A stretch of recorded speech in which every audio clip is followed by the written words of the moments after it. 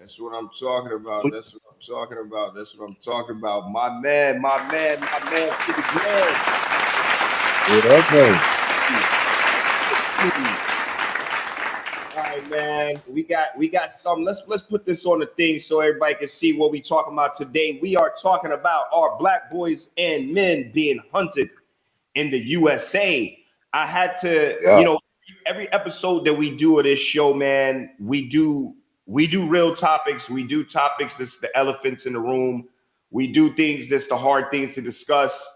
That's what I love about Vape Talks with the Ghost. I am your host, Ghost with the Most. And today I got one of my main brothers on, man. Damn. It's been a Yeah. it's been a long time. It's been a long time since I've been able to chop it up with my bro, man, and Yeah.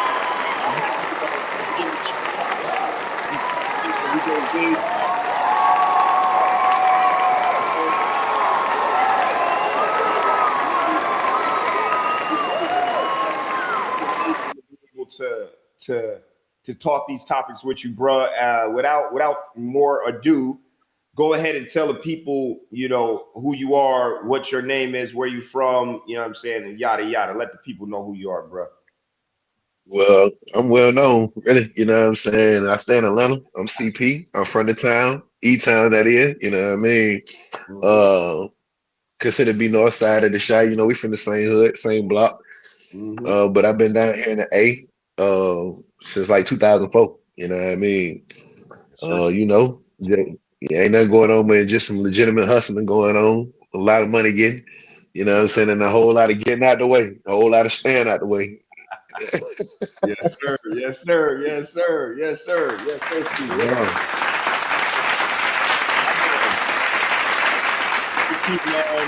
Man, we talk about this shit offline all the time. We always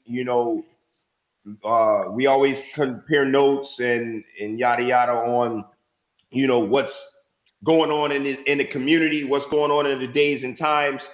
And although we love to talk and joke around and talk a lot of shit about what's going on, in this case, we got a serious topic we're gonna bring up. This is a serious topic we gonna talk about, but we're gonna have Yeah. fun with it at the same time. We like to enlighten the kids out there, the youth.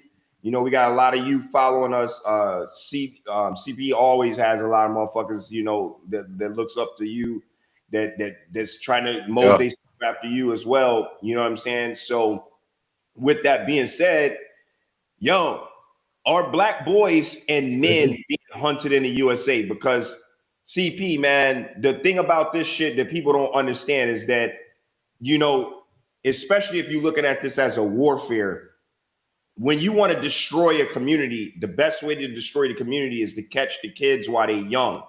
You know what I mean? You catch them while they're young before they get older, where they can actually get real combative, where they can actually, make a difference, so to speak. When you're old niggas can't do too much. We old, lower back is fucked up. Niggas ain't ready to throw hands as much. Niggas is more on some peaceful shit. Nigga might Yeah. might Yeah. get away Yeah. with stepping on your shoe in the club or something. Nigga might get away with doing some disrespectful shit here and there. And we gonna let you. We Yeah. gonna pass because nigga, we in our late 30s. Niggas is about to push. Niggas is pushing 40. We ain't got time to be playing with Yeah. your ass. You might just get this Mac 10 or this motherfucking Glock Gizzy or this motherfucking. Gonna get that. But Gonna yeah, get that. you know what I'm saying? You might get that because we ain't young no more. But to get to the community and to destroy the community properly, you got to get them young kids before they even get grown, so that you can stop the combativeness that could happen and the control that could happen. So Right. So, on that note, are black men and are black boys being hunted in the USA, in your opinion? okay, in my opinion, I'm gonna say this right here.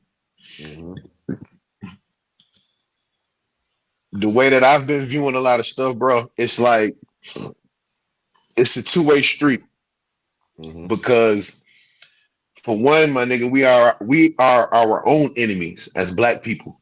You know what I'm saying? Okay. And I be seeing a lot of shit on the internet where us as people, we come out and we're outspoken about what other races do to black folks, what other races think about us as black folks. But what we fail to realize is the shit that we do to ourselves publicly, you know what I'm saying? And the image that we put out as black folks to the world. We show that we are the most undivided. And this is our major weakness when it comes down to us being attacked. You see what I'm saying? Like, we open up so many doors. We leave so many windows open for the enemy to creep in and attack us easily as people. You see what I'm saying? Because we automatically show dysfunction, we show ignorance, we show dividedness. You see what I'm saying? Yep. But black men being taunted. I had made a stat about a week ago where I was like, the laws in America ain't designed for niggas to be free. Okay. You see what I'm saying? Right. And what I meant by that was, if you go back to when that nigga Emmett Till got fucking killed, bro. Okay. You know what I'm saying? When they say he whistled at the white woman and shit somewhere down in Mississippi, but he's from Illinois. Right. He was just vacating down there and they killed him because they say he whistled at a white woman. You know what I'm saying? Since then to now, of course, laws have been tweaked, but they tweaked the laws around those laws that went for white folks back then. You see what I'm saying? So it's like we've always been like the minority for forever time. You know what I'm saying? And it's like niggas will be quick to catch a life sentence for killing another nigga. You know what I'm saying? But a group of niggas won't make that same sacrifice to goddamn, I'm not going to say kill, but to stand up. You see what I'm saying? To stand up for your own race, your own kind, your own family. You know what I'm saying? And that's where shit gets kind of twisted with me. And that's the shit that I ain't really never just figured out just yet. You know what I mean? Because it's weird. Yeah. Very. Well, CP. So I'm with you on all that. Definitely agree on a lot of those points, man. But what I want to ask you is this. So yeah, definitely. And even going back on that point that you said about as far as the Emmett Till case, right? So when the way I put all this together, when we're talking about being hunted, that's one of the main things I definitely see as far as hunting these black boys and black men. When we're talking hunting, we're talking about specifically going after somebody for a specific reason, right? So you go back to even before Emmett Till, you go back to Jim Crow, because we're not even going to go to slavery about it. Slavery was a whole nother historical massacre that was going on. But number one, you got to know who you're dealing with. You're dealing with, a lot of times, what we're dealing with is European caveman mentality. And with that mentality, this is what they know. And this is what I try to tell a lot of people all the time. Like, I'm like, yo, look, why are y'all surprised? Like, this is how they conquer countries. This is how they conquer areas. This is what they do. They will, and listen, forget about it. People keep talking about, thinking about how fucked up it was in slavery and how they use all these torture tactics and how they were eating people and all that. Bro, they had the medieval times. They was doing that shit to themselves too. These motherfuckers was eating each other. They had their skulls they were drinking blood out of. If you go back and look at the medieval time and see some of the fucking torture chambers and torture devices they used to kill each other. This is white on white crime, by the way. A lot of people like to always talk about black crime. Listen, every nationality is killing themselves. Every nationality does it. The blacks is doing it. The Hispanics is doing it. Look at the cartels. I don't never hear nobody talking about Mexican on Mexican crime. Them motherfuckers will cut your head off and put your ass on a fucking one of the street lights out there. They'll have your you know what I'm saying? Yeah. they'll take a video of you and send you to your family getting your hands cut off and all that. So, I mean, I don't hear anybody else with that notion, but at the same time, in the USA, I don't see any other race being hunted, and hunted meaning just black kids is just getting killed left and right here, bro. Like this shit is getting serious. This shit is not, this is past, like, and like you said, see the Emmett Till days and all that. Like, see this, in those cases, I blame the parent. You know, I'm sorry to say, I blame the parent.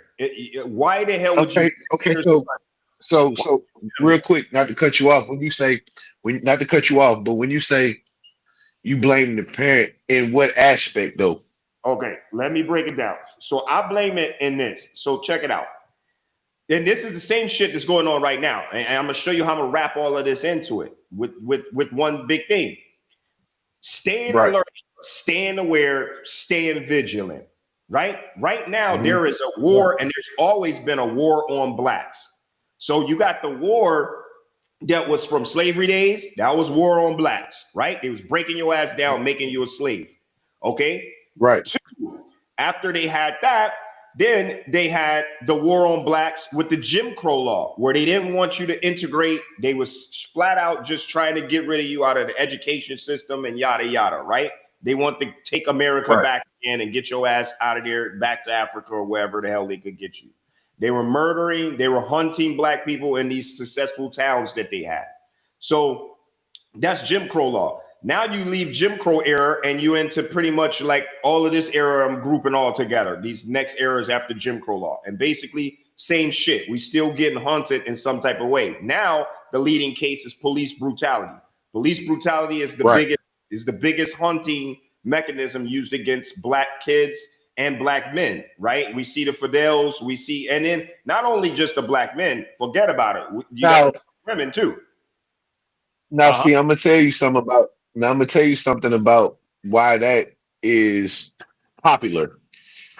Because the way that the government system is designed in America when it comes down to police brutality on black people, dog, is really designed for, it's like they kind of give cops the same rights as Jesus Christ, if that makes sense. You see what I'm saying? And I don't want to compare God's name to nothing that's immortal. You know what I mean? But we're talking about on a street lingo, stain. Like these boy got stain God, like, you know, stain like God. Like they can go murk somebody. They can utilize this law OCGA XYZ, you know what I'm saying, 24/7/99 to get away with killing this guy right here. I'm just gonna throw a name out there on an example like John Carter, you know what I'm saying, because his windows was too black. He was going for his license, but the cops say he was going for a strap. Murdered the dude. After the investigation, find no strap, but still somehow find something in law somewhere, you know what I'm saying, to give him give that cop like a passageway to walk anyway, bro.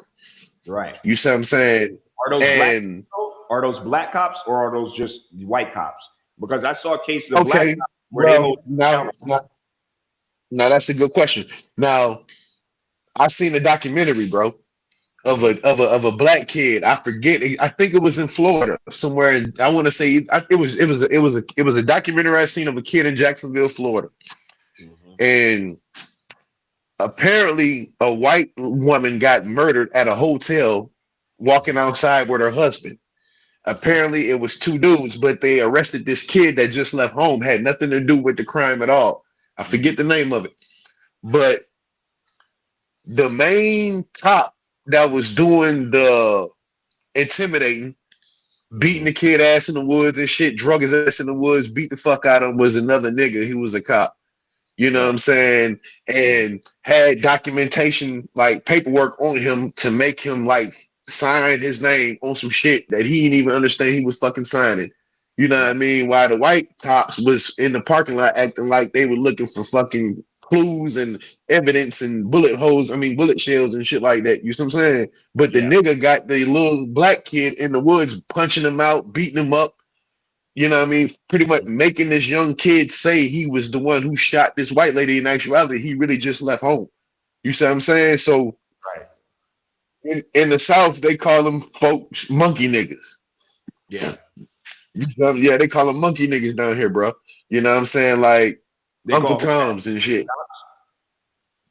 Yeah, facts.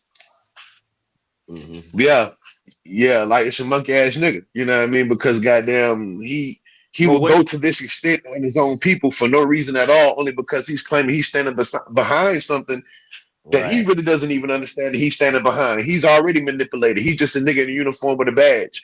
You know what I'm saying? He's just standing behind some shit that the white man then handed him on paper and said, look, this is your oath. This is your pledge. You're going to stand behind this. Here's your gun. You know what I'm saying? And that's all you at that point, you're manipulated. Because how many black cops do you know come to the hood and say, hey, look here, I'm not out here for trouble, man. Look here, I'm trying to see how we could put something together like a community drive or XYZ. And then these folks goddamn convinced the mayor to fund this shit. You know what I'm saying? But their faces own that movement. You never seen that. You see what I'm saying? You know. And on top of that, are they able to do the same shit that they're doing to these black boys to white kids? Are they punching out a white boy out there and framing him? No. So this goes back to what I'm saying about the hunt for black boys, the hunt on black boys and black men, because you got to go back to even with police. Police started as slave catchers. You know, that's their origin. The origin story of a fucking police officer is a slave catcher, which were white. But they also had black slave catchers too. And they were only allowed to go catch black slaves. They were not allowed to put their hands on no white man, no white woman. They couldn't, if they saw them doing a crime, they couldn't do shit about it. They could only police up black people. So that goes back to that. But now let me just touch back before I forget that point on when we were talking about Emmett Till. So when I said like the parent thing, and I'm not saying that we should have to do this, but this is the world we live in. You got to take precautions. With that case, obviously what happened to him, I'm blaming, and when I say the family, I'm going even down to his uncle that allowed them to come in the house and take Emmett out of there. Yeah. You know what I mean? Like these are steps that I'm saying, like we have to be willing to die for something, God damn it. If it ain't for you, if it ain't for the cause, it should be for the family at least. First off, the mom never sent him down there during that time, that era where black boys were being haunted. And let's put it like this: haunted, and on top of that, situations that you could be put in, because we all found out later on down the road that the white woman who accused him of this shit was fucking lying. She lied. Yeah, she was lying. He never did a fucking thing to her. He just was in the fucking store, and this kid ends up getting brutally murdered, savagely murdered, and done all this for nothing. He didn't even do shit. So, you know, the mom could have stopped it. We're not sending him out there during that time frame. No, I don't care how mad you get. And I understand mom's trying to make their son. I mean, we can look at it on the empathy route as well. But I'm saying you got to look at it on the logical route. You know goddamn well that time can't do that. But you got to think about this too, though. You know what I'm saying? Like the mind operates the way the mind always operates, regardless of whatever time of day we're living in. A parent is going to do the best that they can. I mean, like us as black people, we do the best that we can to like govern our children to the best of our abilities. But at the same time, we still allow things to get experienced with our children in crazy times that we live in. Like, I can't really just blame. I can't blame. Would you let your kid, okay? During that time frame, would you let your kid go to fucking, where was that at? Mississippi that he went down there Mississippi. With? Would you let your Mississippi. Kid, being from Chicago, being a Chicago native, would you let your kid go to fucking Mississippi during that fucking time? You do know he was there by himself to visit family? To visit a family that he hadn't even seen that often. This is not like they see each other every motherfucking weekend. This is some like, hey, go down. I want to go down there and see my cousins and shit off the bat. This is Mississippi we talking about. Jim Crow fucking. Understandable. But you got to let me show you something. His situation was a freak accident.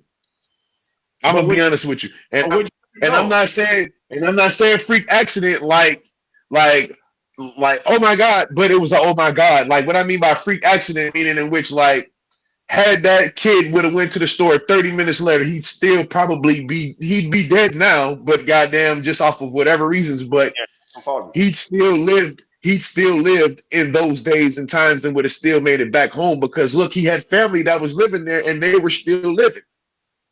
You see what I'm saying? He was just in the wrong place at the wrong time, bro, and got accused like he was at the wrong place at the wrong time during those times with shit going on where you could be accused of this and get slung. That's what I want.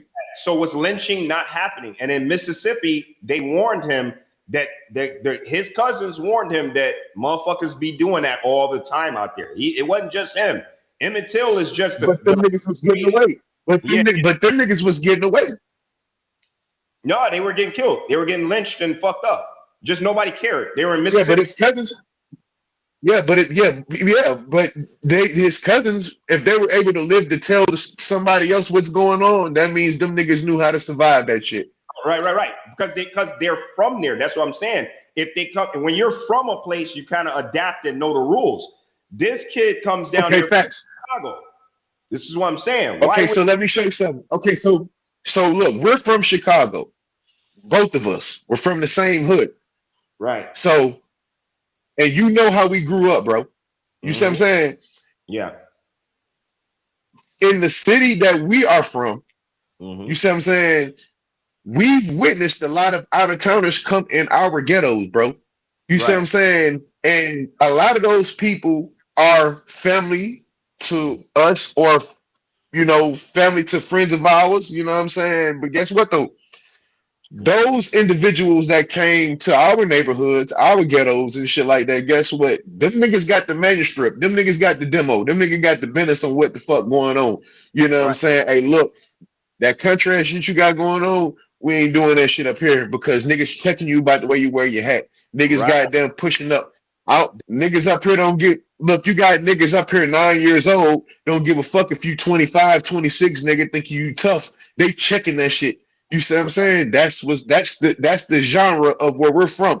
So that's everywhere, bro. Nobody goes somewhere where they have family in the state that they're not from and they do not get the demographics of how their motherfucking neighborhood or community is being operated. It just doesn't happen like that, bro. That nigga got the rundown.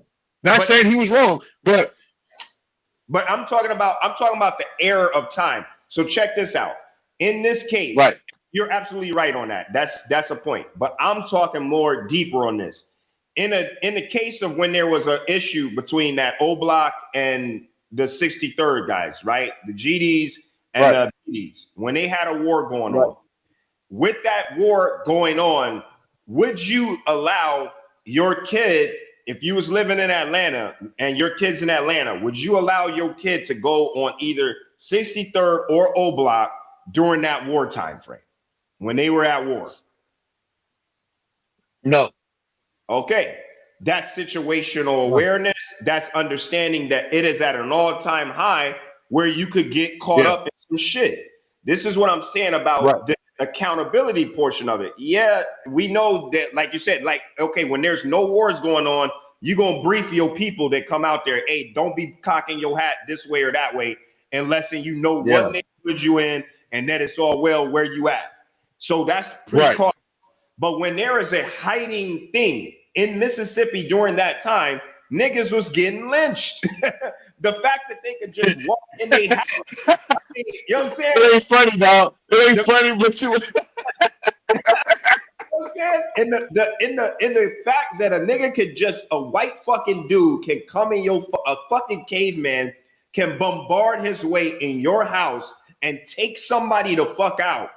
And just kill that motherfucker, and nothing happens. Like, bro, I'm not sending nobody that I even know. I'm not sending a homie down there, bro. To this day, I will never go to Mississippi, Arkansas, all these fucking places that I hear still got basically Jim Crow fucking laws there. Sundown. Well, let me ask you a question. So, like, do you think it'd be safe to say that niggas are pussy?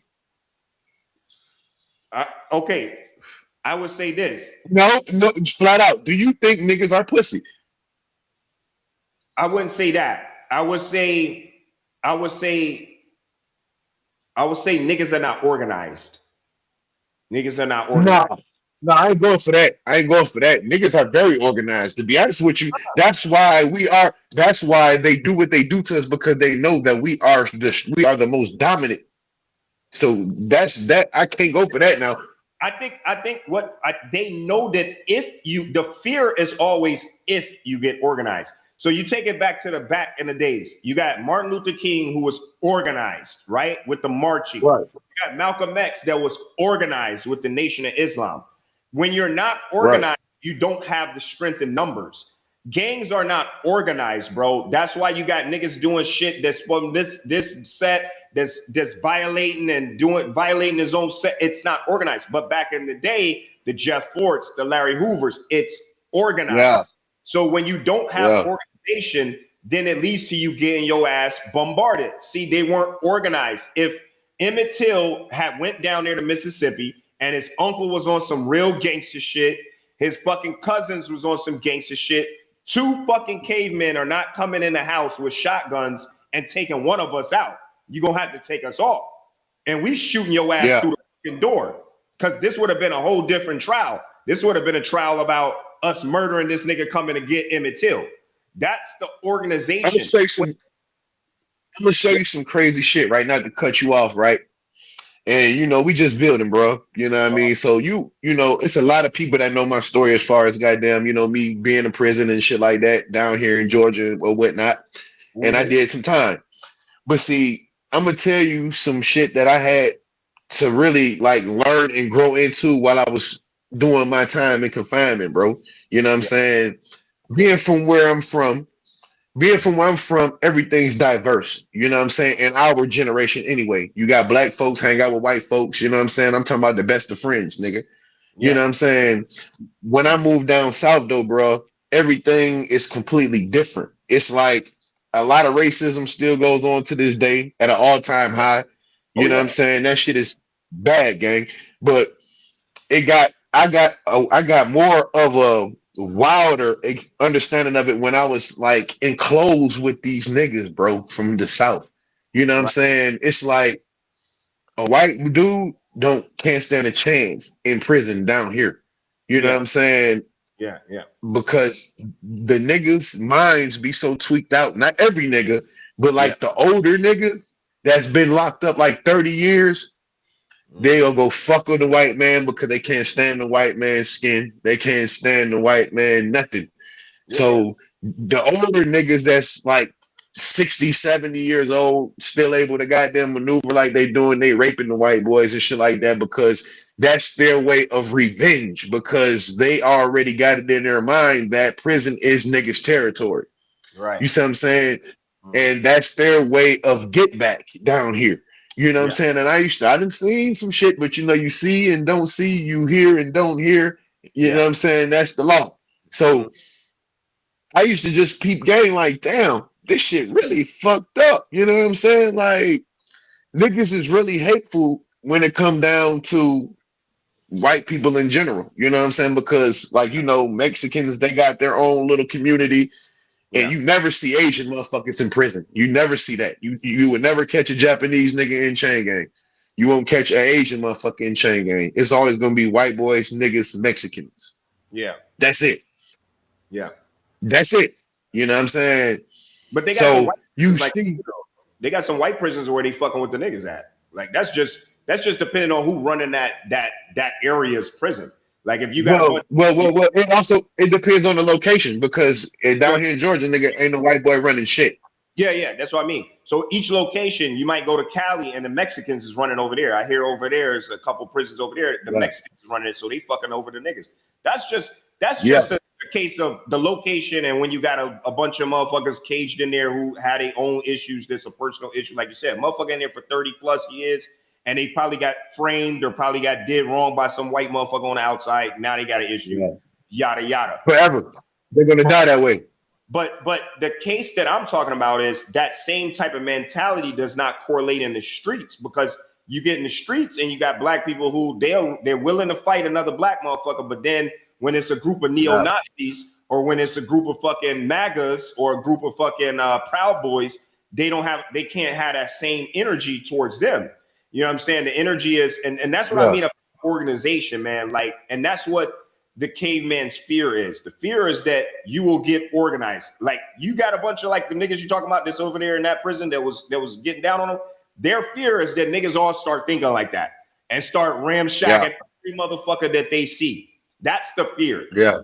So, you know, when we're saying hunted, though, I think the black boys are being hunted at this young age. And I think we got statistics on here. As let's start with the most current one that everybody is talking about, right? Let's talk about this case. Which one did we say we was going to kick off? The case with the Carmelo Anthony. Right. Okay. So he had the issue. So again, this is what I mean about even in that case. Number one, I don't go where I'm not wanted.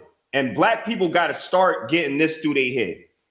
In places that you're not wanted, in places that you are the minority, get the fuck away from there, especially in these times. In every era, you've been hunted. In my opinion, black boys, black men have been getting hunted, and also black women. Okay, but in this specific topic, we just dealing with the boys and the men, because I know the numbers is way more black boys and black being hunted right now. Right? We're the dominators. We're the ones who help reproduce. So we're being targeted the most. Now, in this case of that guy, of the kid, what was his name again? I'm sorry. Do we know his name? Carmelo Anthony. Okay, Carmelo Anthony. So with Carmelo Anthony, man, you look at the case that, first of all, he's in a predominant white school, right? It wasn't a balanced school. He wasn't even in a school where it was a equal a number. Like, okay, me and you get into, or I get into this one white dude, and then I got me 3 or 4 black dudes that's with me. No, it's like 2 or 3 token niggas probably walking around there. They want to be white probably anyway.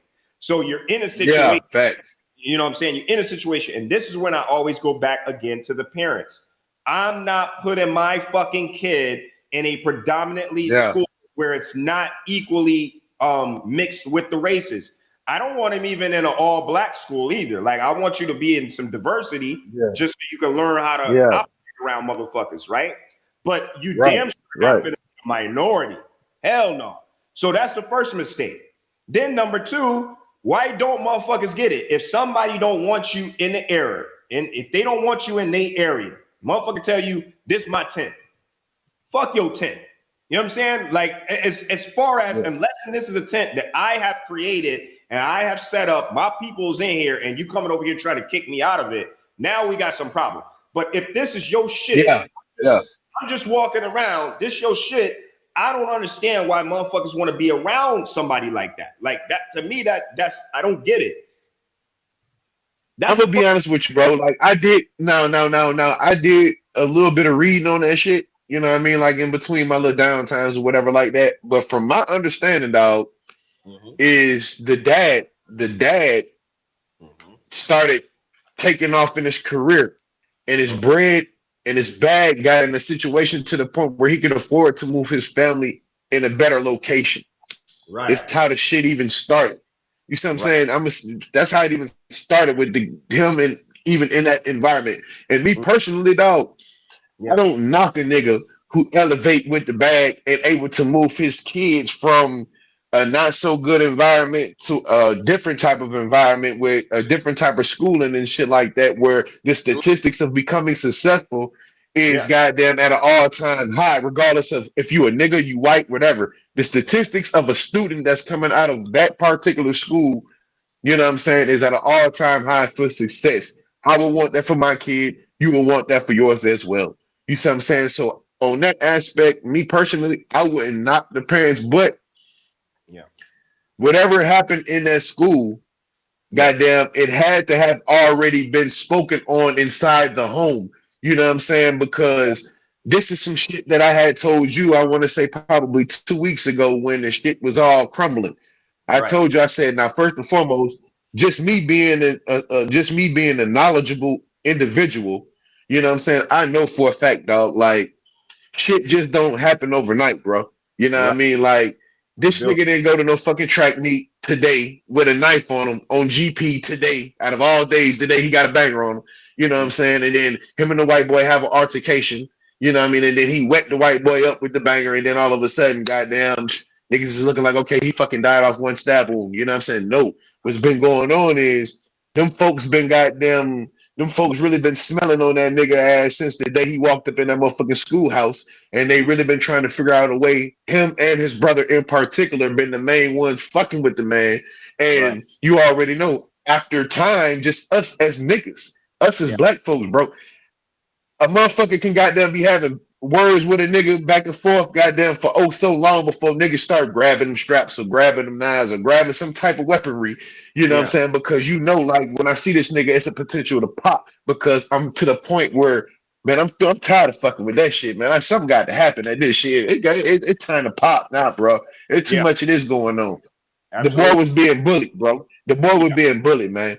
You know what I'm saying? Bottom line, Ray Charles see through that shit because niggas ain't just taking no weapon.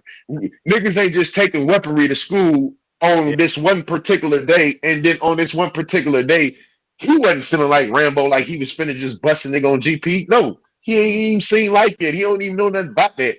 Yeah, you see what I'm saying? Yeah. No, dog. That man was fucking with that boy, man, and he had got tired of it. And I really feel like the little nigga was in the boy tent, goddamn, just so that way it could, you know what I mean? I'm not gonna say that he was like engaging in it to happen, but you never know in today's generation the way these kids think today, dog. Mm-hmm. It's in a whole nother league, my boy. They don't give a fuck, not the first. So to go back, this is why I started with my accusation of the issue with Emmett Till, right? A lot of these situations can be stopped if we take, I get it, you want to move your kids to a better area, better school. You got two things that you're dealing with. You got the dominant society who is always going to win because they are the dominant society. Then you got the other end of the spectrum where it's like, okay, yeah, you got the gang violence, you got the general normal like drugs and drama that goes with, being in high school and being a kid, right? You got too many things that you have to do as a father, as a mother. You have to realize that the situation you put this kid in could be detrimental to them. At the end of the day, I'm not sending my kids to no predominantly white school. And I'm going to say that to listen, at the end of the day, the dominant society is always going to win. So if you go in today's times, I agree with you.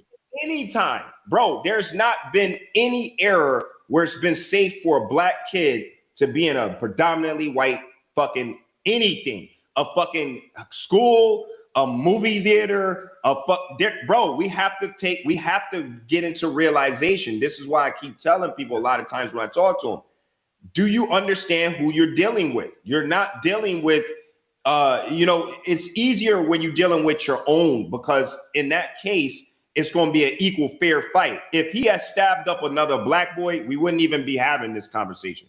They would have found some type of reason to be able to say he was doing self-defense. We're having this conversation because of the dominant society. Those two savages, they're not kids, they're fucking bullies. Those two bullies, those savages, those cavemen, they were bullying that kid probably. On top of bullying, he probably has mentioned or not been able, because his father might have been too busy or whatever, whoop-de-whoop. Yeah. He did not handle the situation and nip it in the bud before. But you should be able to tell your kid when they got some stress on him. I'm sure this kid was stressed. Yeah, for sure. He was stressing. For sure. So because he spends every day inside that school. That school is his occupation. He goes there every day. He's there. It's like he practically lives there. So most definitely. He's stressed. So in these situations, man, if you're going to throw your kids to the wolves, then make sure you heavily guarding them. Make sure they don't get ass in this type of predicament. Emmett Till would be alive today if his mom never sent them. He would be alive today if his uncle went fucking Rambo when they came to bring him out the fucking house. That's just how it goes. You know, we have to protect because we are being hunted. Now you look at niggas gotta quit running. Niggas gotta quit running, bro. Gotta stop That's running. Period. Gotta stop running. Guys gotta quit running, dog. Stick your ground. Then let's look at this other case. You got so that's that one, right? Let's look at the Chinese guy, Chow. The Chow case where he ends up, the Asian guy, it's a young black boy, walks in the store. Already he gets racially profiled as soon as he walks in. When he walks in, the owner's wife tells him to take his fucking backpack off. At this point, I'm leaving. Fuck you. I don't want to purchase anything in your store. When you tell me now wait a minute. Now wait a minute. Now wait a minute. Now. It's like general law in stores, my nigga. Like if you go in any store, you got to take your bag off, or if you walk in with a bag, you got to leave your bag up front with the cashier to prevent the speculation or the thought of a nigga stealing. So in that aspect, I understand. Yeah, hell yeah. You can't walk in the store with a bag from another store. Like, even though you're not, you might got like you might got 5-10 bands in your pocket, but you might have just left one store from grabbing some shit right quick, and you might be walking into like another store to grab just 2-3 items, and you actually going in there to buy the shit. But them folks make you leave their bag. They make you leave your bag like up front, like by the cashiers and shit. You know what I'm saying? Until you're done shopping in their store. You see what I'm saying? To prevent you being accused of theft or even being harassed as if you're a thief. You know what I'm saying? Because you already know when a person walks in the store with a bag, my nigga, you automatically suspect if you walking around that motherfucking store with that bitch and you still shopping. Yeah. So check it out. That's just automatic. So they cannot legally force you to check your bag against your will. The store has they had a right to refuse you. This is for the people out there. You know how we like to do. We like to fact point this shit. So check it out. Yes. Can stores make you leave your bag at the front? Yes. A private property, stores can legally require you to leave your bag at the front or place in the locker as a condition of entry primarily to prevent theft and protect merchandise, just like you said. Because this rule applies to private property, store management holds the ultimatum say on how their premises are run. However, several key factors dictate how these rules work. Conditions of entry. If a store has clearly posted policy. See, these are the big things that I look at as a man, because I've went in plenty stores with a backpack on, bro. I'm a fucking backpacker, dude. So if I go in a store with a backpack on, fucking you talking about take my backpack. No. That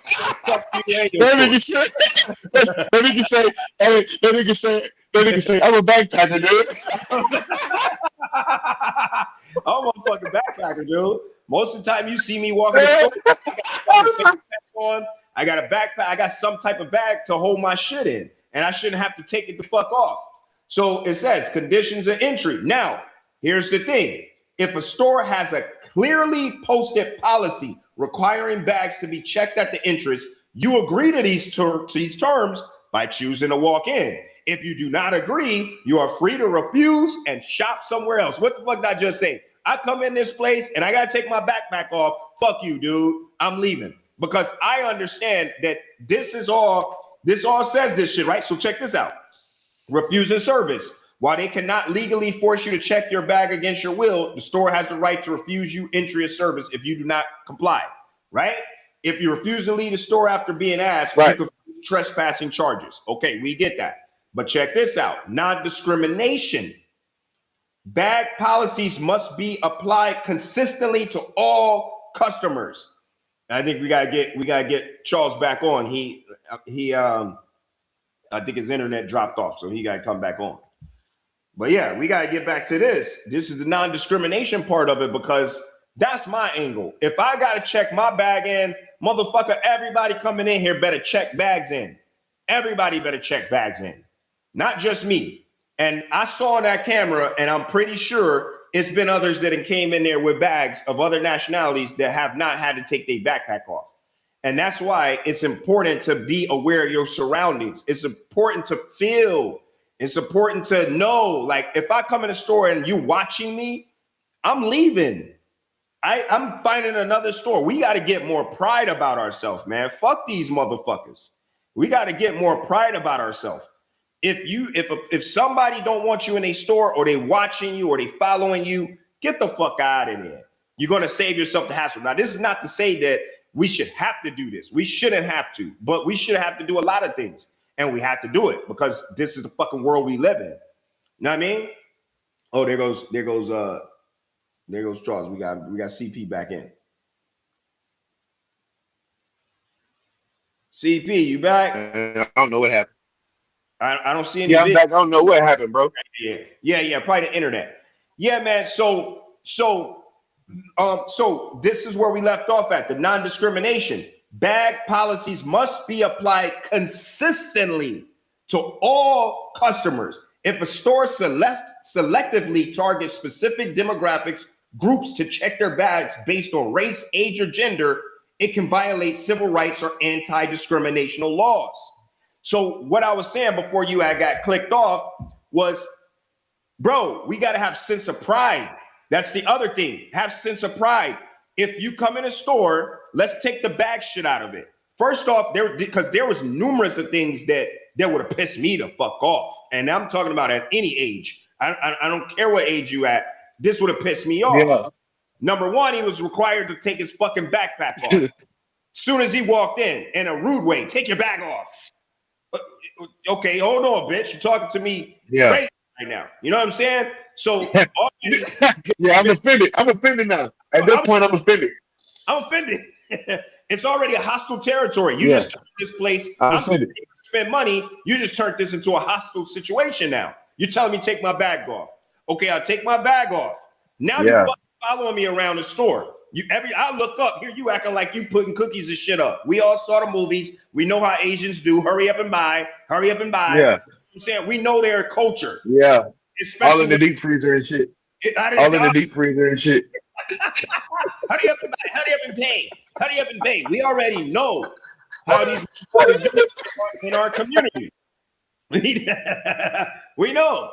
We know how they do in our fucking community. Yeah. So already, that's number one. You already insulted me with the bag. Now, a nigga like me, I'm gonna sit here and make sure you better check. Any motherfucker come in here with a bag, they ass better have a bag on. Number one, you don't have nothing posted out on that store. I guarantee you, they don't have nothing posted in front of their store saying you got to check your bag in or that you got to take your bag off. That's number one. Yeah. You already don't even have it posted. So, you know, in Chicago, especially Chicago, you go different places. They say no hoodies, no ski masks. They got like no ski masks. Yeah, they got all these precautions up so that you know when you walk to this store, okay, I got to take all this shit off or else I can't come in here. You know what I'm saying? So that was not. I'm pretty sure that was. A lot of places got signs. A lot of places got signs where it says no shoes, no shirt, no service. There you go. Yeah. Exactly. That's at a lot of stores for sure. Yeah, that's like clubs too, bro. Clubs is the same way. Clubs, they'll tell you no white tees, no this or that. You know what I'm saying? Or no entry. But some motherfuckers just don't listen and still put themselves in a predicament. You're putting yourself in a predicament. Now, in this case, they didn't have none of that, but their attitude, their way they was treating this kid as soon as he walked in was hostile. They already were racially profiling him because he was black. They already suspected that he was going to say something. As soon as he fucking walked in, he was doomed. Okay. Now, again, strength in numbers. Yeah. Why are you around? This is what I'm saying. Black boys are being hunted because what happened after that? He gets chased by 3 fucking people of Asian descent that was in that store. So it's not 3 black people that chased him down. 3 Asians traced him down and shot him in the fucking back and killed this kid. You know what I'm saying? So if that's not hunting down. Okay, so let me ask you a question. Yeah. Let me ask you a question, not to cut you off. Okay, so now you do understand that there, right? Before you made it to that point. Like you You went from the entry of the store of what could have been an issue to being chased. So what happened in that gap though to lead to the chase? You see what I'm saying? Like, okay, he was told to take the bag off. Okay, and then what? Okay, so after he was told to take the bag off, he went to go get the waters. He went shopping. He went to get the bottles of water. He got ready to get them, and then he changed his mind. Complied. Huh? So he complied. He left his bag. Left his bag. He complied.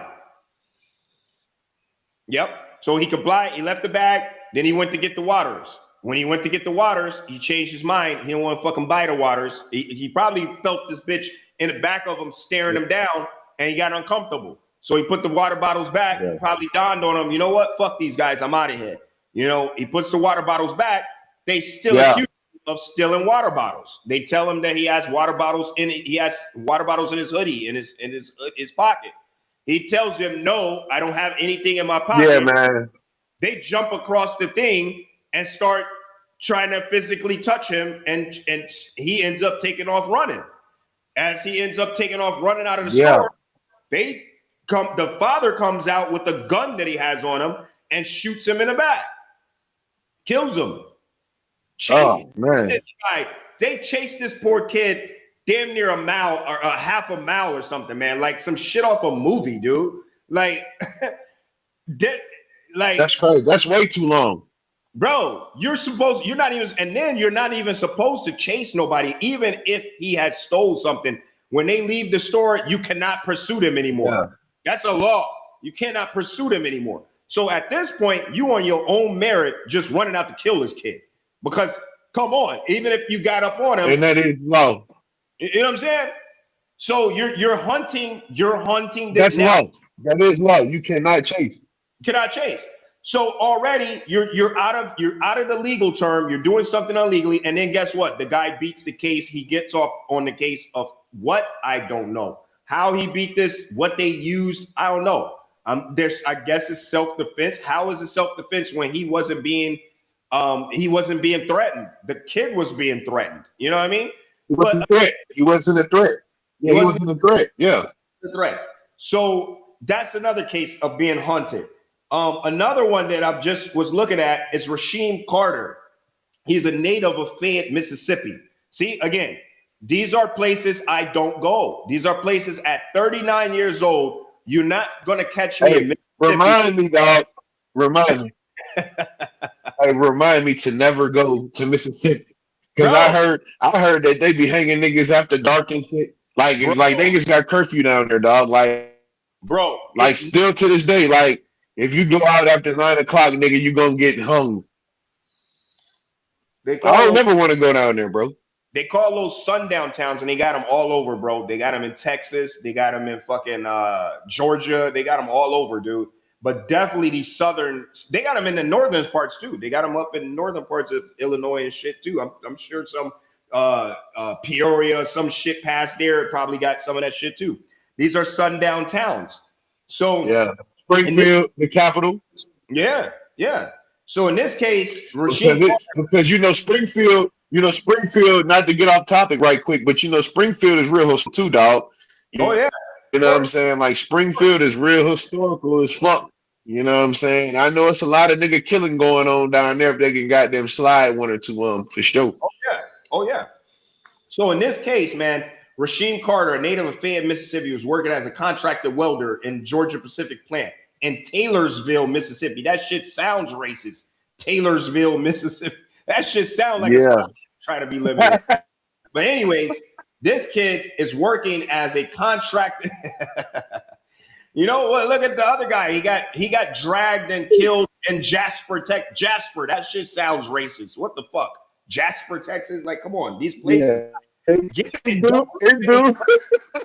Yeah, what are you doing? Wake up. Why are you living in a place called Jasper, a place called Taylorsville? This shit sounds racist.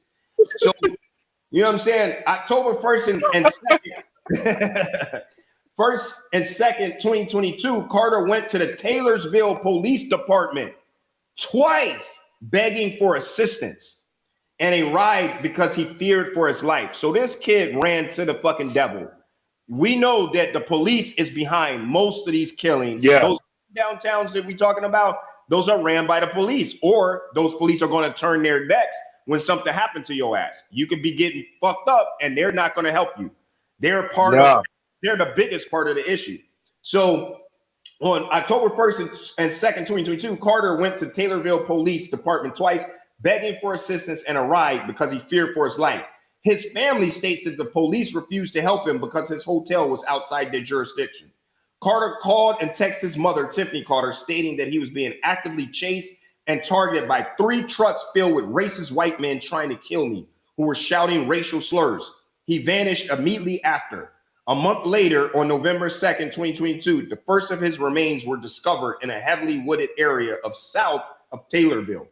Over the next several months, multiple additional sets of his remains were found scattered across different locations. According to the civil rights attorney, Ben Crump, the findings were horrific. Carter's head was completely severed from his body. His spinal cord and vertebrae were recovered in an entirely separate location away from his skull. Several of his bones and body parts were completely missing. Through his clothing, ATM card and phone charge were recovered. So they didn't even rob this kid. They didn't even want his money. They didn't take his ATM card. They didn't take none of his phones. The phone, even the fucking phone charger was recovered. They didn't even take the charger. All they wanted to do was hunt this kid down and murder him. That's all they wanted to do. They didn't even want to rob this kid. Now let me show you something. Let me show you something. Let me show you something. All right, so now you got to be aware too now, dog. Like when a person gets killed and they get dropped off in a heavily wooded area, you do know that wildlife moves the body parts around. You know what I'm saying? Like, you know, deer move body parts. Yeah, but they can't decapitate your head like that. They can't. The severed head. No. I'm not saying that now. I'm not saying that goddamn wildlife took the nigga head off. I'm saying like they say the spinal cord and shit like that. You know what I mean? You know, the body, the flesh is only going to be active for only a couple days, nigga, before you start deteriorating all the way out. Yeah. So if they find a bone this goddamn long, probably goddamn 25 feet away from where they found the ass bones and shit, nigga, then yeah, a dog did that. You know what I'm saying? Yeah. Yeah, but bro, I mean, you know what I'm saying? Yeah, but regardless of that, his head was severed off his fucking body. So that rules out no animal. Yeah, that's fucked up. His head was severed off, and these are cavemen. I don't put it towards cavemen do all that type of shit. Cavemen will take your spinal out. Yeah. They'll eat your eyeballs. These guys are fucking these are animals you're dealing with. That is an animal. So I mean, this is nothing that the kid could have did to deserve that to happen to him. Bones and all that. Nah, bro. So, but this is another case of being hunted as a black male. Now, again, why are you working in a predominantly area of white men? Why don't you have your ass around some black guys? The problem is that because he was contracted. He was contracted. He was a welder. He had skill. Refuse those areas, bro. Taylorsville, Jasper. These are places I declined. A lot of these truck drivers, bro, they tell them, like Vidor, Texas. Yeah. Vidor, Texas is another racist ass area, sundown town. They tell them, hey, don't get caught after the sun is down over in these areas. So if your truck, and there's tons of cases where truckers have been killed or been murdered when they stop in these areas to go get gas, blah, blah, blah. So again, now yeah, I'm talking about 2020 fucking 4, 22, 2000s. These shits is happening. It's just that shit gets swept under the rug. That shit gets swept under the rug because niggas ain't hearing about that shit, bro. No, and the problem is families not speaking out. Families ain't speaking out about it either. That's why you never hear nothing of like that's weird. Like how niggas with trucking getting fucking killed in these country ass towns. But nobody knows nothing about the shit. Nothing, nobody, and it comes out on the media, but the problem is we don't listen, bro. This is what I'm saying about we're not organized. We're not taking precautions. Number one, stop thinking that because you're move into a better neighborhood that it's a better neighborhood. No, it's just a cleaner neighborhood with more evil people in it. I'd rather be in a less nicer spot, but safe. You know what I'm saying? We have to put safety first. You look at back in the day, Ruby Bridges, all of those kids that were integrated in those schools, getting fucking spit on, getting kicked, getting dogs put on them and shit, so that they wouldn't integrate into a school. Yeah. Where are they at now? They not professors and shit, bro. Because guess what? They're not going to teach you nothing. They still gonna dog you out when you go in those schools. They're not going to treat you fair. You're not going to teach you anything. So you just went through that humiliation, all that abuse, just to end up being the same that people in the hood was. Except maybe the people in the hood probably even got even better. They probably got some degrees and shit because they ain't had to go through getting spin on and all that. They figured the shit out. They figured the shit out on their own. We got to get more sense of pride of turning shit down. I understand the jobs. I understand all of this and that. But listen, you tell me a place like Viter, you tell me these. First of all, Google is fucking accessible to everybody. You tell me some fucking city or state, I'm Googling that shit. And when I find out it's predominantly, you can see who live there. You can see by the census, what is the main people live. When I see it's nothing but cavemen living there, I'm not going.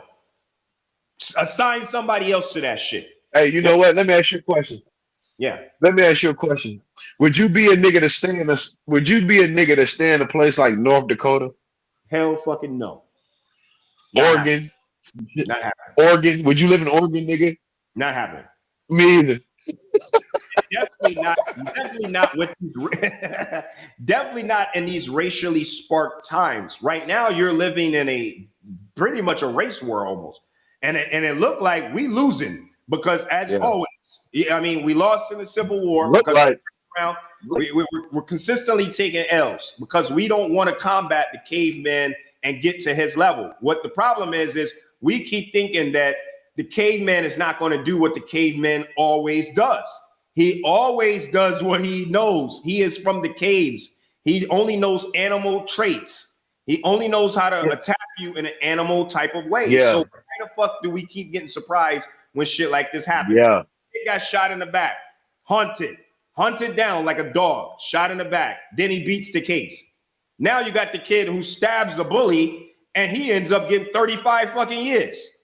He's self-defense. He's using self-defense. Yeah. He's attacked. He gets 35 years. You got cases of police just storming into houses and shooting up the black residents in there that didn't have nothing to do with anything. You got organized police terrorist groups that are actually have been caught on video admitting to hunting black kids in the hood or black men and abusing them. There was a group that just got caught that was raping guys. Bro, they caught these black dudes. They caught some grown-ass black men and raped them, dude. Police officers. They had a unit. It was called like the Jungle Unit or something. Yeah, bro. Actually, I want to get the exact name. Yeah.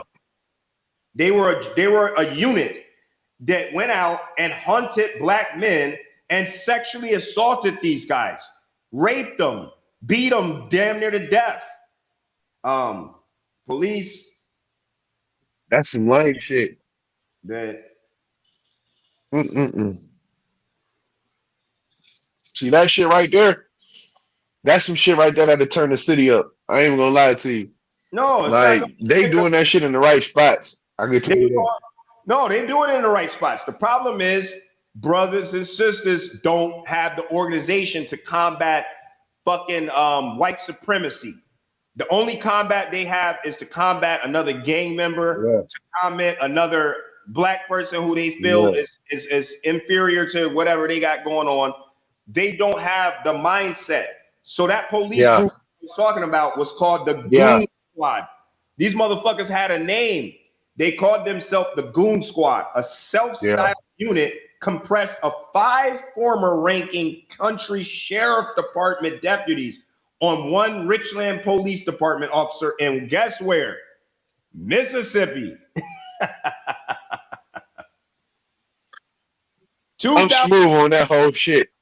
2023, an all-white group launched a warrantless home raid. So they didn't even have a warrant. And they stormed into Braxton, Mississippi. So this shit was recent. This year was recent. Yeah, January 2023. Yeah. Recent. What? Check it out. In January 2023, the all-white group launched a warrantless home raid. So these terrorists, they didn't even have a warrant. They just stormed into a house targeting two black men, Michael Corey and Eddie Terrell. The attack was prompted by a white neighbor's complaint about black men staying at a property with a white woman. You see what I'm saying, y'all? This is the type of shit. This is what I mean when I'm saying haunting. There's cases of us being haunted. They're just, these guys were living in their apartment or living in their house, wasn't bothering nobody, but a white neighbor complained about a black man staying at a property with a white woman. What the fuck are we in, the 20s, the 40s? Why would that matter? Who cares if they stay with a white woman? But they had allegedly, and we know that we know how people lie, especially we know how the cavemen lie and the cave women. They will lie. Okay? The attack was prompted by a white neighbor's complaint about black men staying at the property with a white man. Well, this is the type of stuff I'm talking about.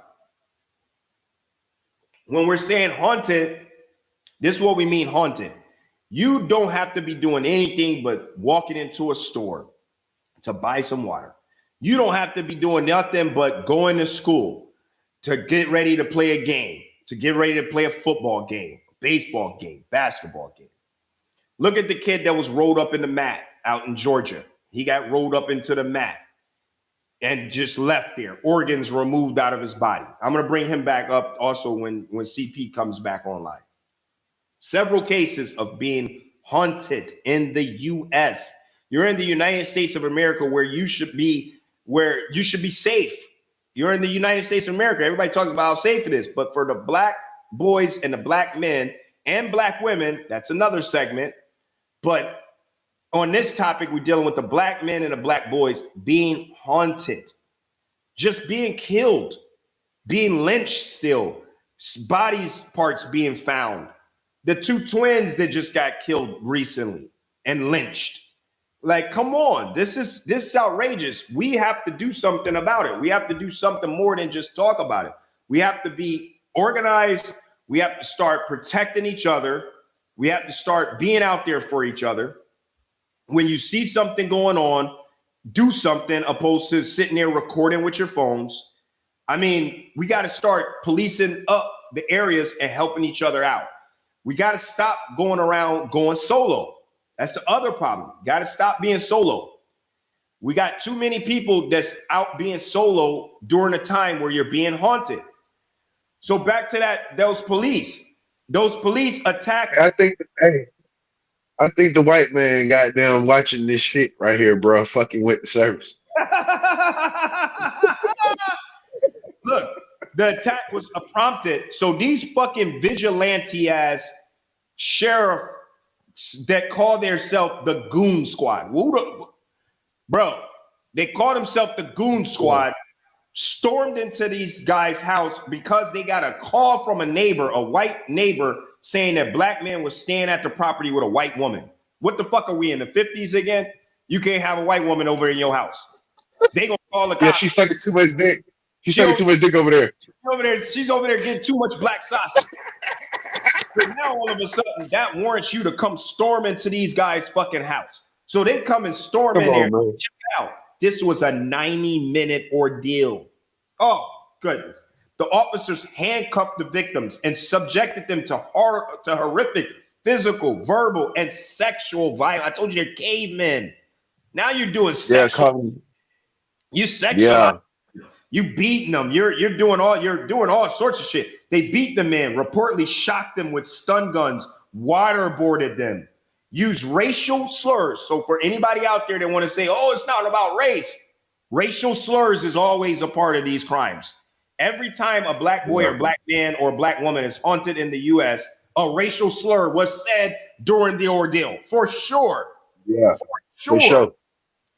They beat men, repeatedly shocked them with stun guns, waterboarded them, used racial slurs, and sexually assaulted them using objects. The torture accumulated when one of the deputies forced a gun into Jenkins' mouth for a mock execution and pulled the trigger, firing a live round that shattered Jenkins' jaw and lacerated his tongue. Following the shooting, the officers conspired. Liars. Of course, we know what's coming next. They're going to fucking lie. They're not going to be a man shit and say, yeah, we did it. And then what? But look, check this out. But check this out. If they sexually assaulted them niggas, I'm quite sure they ain't take rubbers with them. So, I mean, DNA had to let them niggas know something. You know what I'm saying? Yo. We got my boy Zoe on here as well. What's good? Okay, then. Man, what's up, my guy? You all right? Oh, I'm good. So we're talking about black boys and black men being haunted in the United States. And I was just talking about the ordeal that happened to to two black men who were just living in a house, wasn't doing shit, just chilling in a house. And he got a call, their neighbor, a white neighbor, complained about black men staying at a property with a white woman. So then that made these officers, these cavemen, these terrorists, it made them storm into their house. And during 90 minutes, they beat these guys, handcuffed them, subjected them to horrific physical, verbal, sexual violence. So you're sticking objects up these grown men in retaliation for them having an alleged white woman over. Then it wasn't alleged because she was a white woman. Yeah. Then he shot one of them in a woman. So now it says in August 2023, all 6 officers pleaded guilty. So first off, they lied. Let's go back to that. Following the shooting, the officers conspired to cover up the crime. And first of all, these are not officers. These are cavemen. These are savages. Following the shoot, but see how they even how they relate this to the public. The officers conspired. That's not officers. That's not what an officer's supposed to do. Yeah. You're not supposed to bombard your house and fucking assault you with sexual objects and use racial slurs on you because they thought you had a white woman in there. What the fuck are we in the 50s? Is this the 60s? This shit just happened in 2023. Yeah.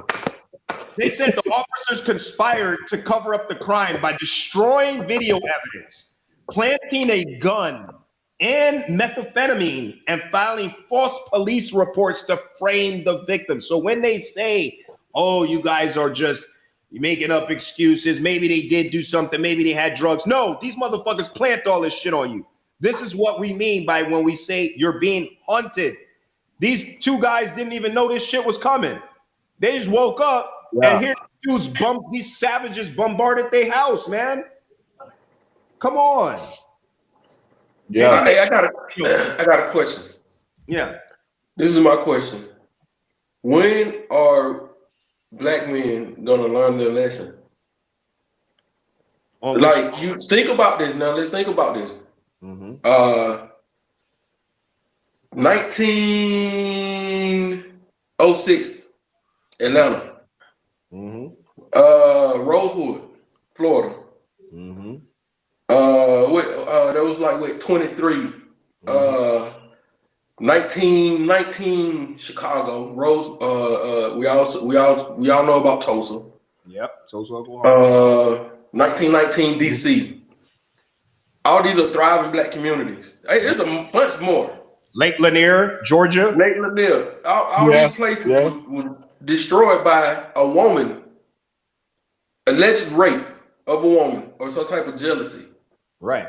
So one of my problems is, and that's why I always I don't question the man's decision. You can do what you want to do.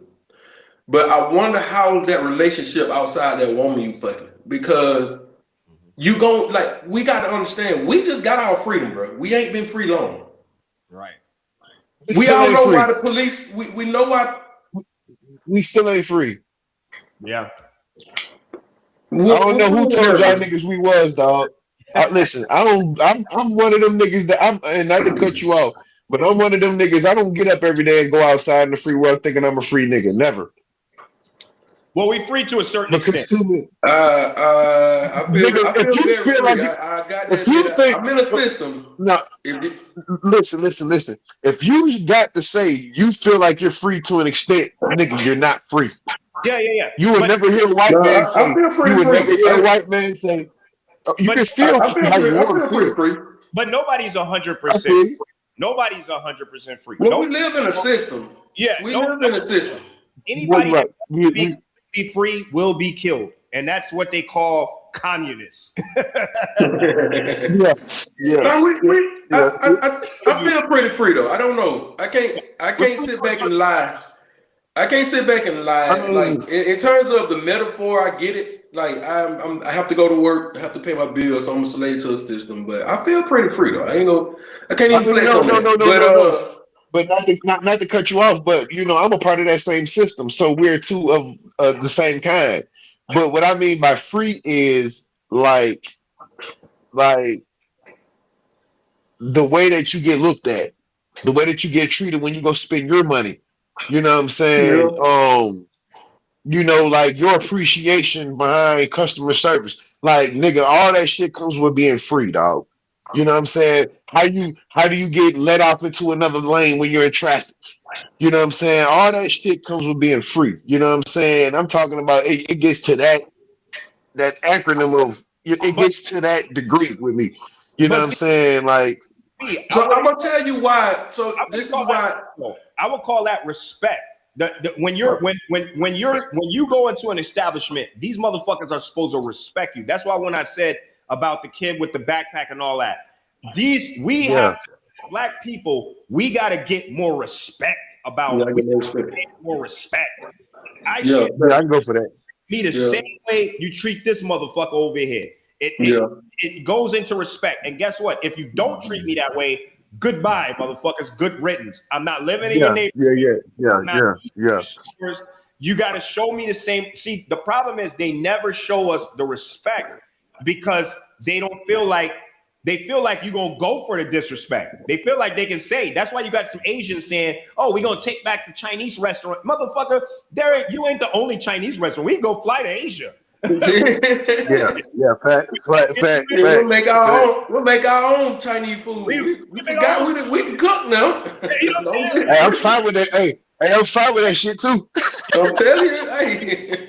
So they don't feel like black people have respect for themselves because we consistently let them do these things and we don't freeze them the fuck out. You see what I'm saying? Like white people, that's one, and this is one thing I want to tap in on Martin Luther King with, because a lot of people give him a lot of shit and Malcolm X this, Malcolm X that. Okay, I love both of these guys. Forget about it. They both heroes. Yeah. Martin Luther King is the only one that was boots on ground with it though. It's opposed to my all-time favorite is Panthers, is the Black Panthers, because they had the real. They was about it. They was about that action. And remember what I told you, CP, in the beginning. And this is what that was the NWA. That was the NWA. That was the niggas with the attitude. Yeah, but you know what they had? They were organized. They had the whole, everything was laid out. Your part. Here's the president. Here's the co-president. Here's the co-founder. Here's the chat. You got Fred Hampton over in Chicago. You got yada yada over here. The women and all. It was all organized. So that's what I keep saying about the problem with us. Not so much that we're pussy or nothing. It's that they're unorganized. If we get organized, you're able to make some shit happen. And it's strength in numbers. Remember, these fucking neo-Nazis, these MAGAs, these Proud Boys, they're not fucking tough when it's one of them. They're organized. No. When they're organized, then the Klan. You ain't never seen one Klansman roll up. Never seen one Klansman. And when you see one, what happened to him? He get his ass. He get his ass. You're not gonna look, one of them. But see, that goes back to what I was telling you earlier, though. You feel me? Goddamn, the reason why the black men are the number one target of being killed by anybody, rather it's white police officers, white community cops who make citizen arrests, nigga, who like George Zimmerman's bitch ass, them niggas like that. You know what I'm saying? All that shit falls up under the same umbrella, dog. You know what I'm saying? Of taking away the dominators. The black man is the dominators. The woman can't reproduce, you see what I'm saying, another black man without a black man. Yeah. You see what I'm saying? So if they can kill 25 niggas across America this year, nigga, that's 25 niggas this year. That if they could kill 25 niggas this year across America, guess what? That's 200 niggas that they goddamn know that they prevented from getting reproduced and getting brought into this world, nigga.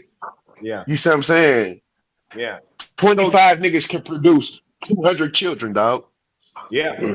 So do you think that it's specifically on the boys, or is it the men, or is it the same? Do y'all think that they're hunting black boys and black men? It's the same.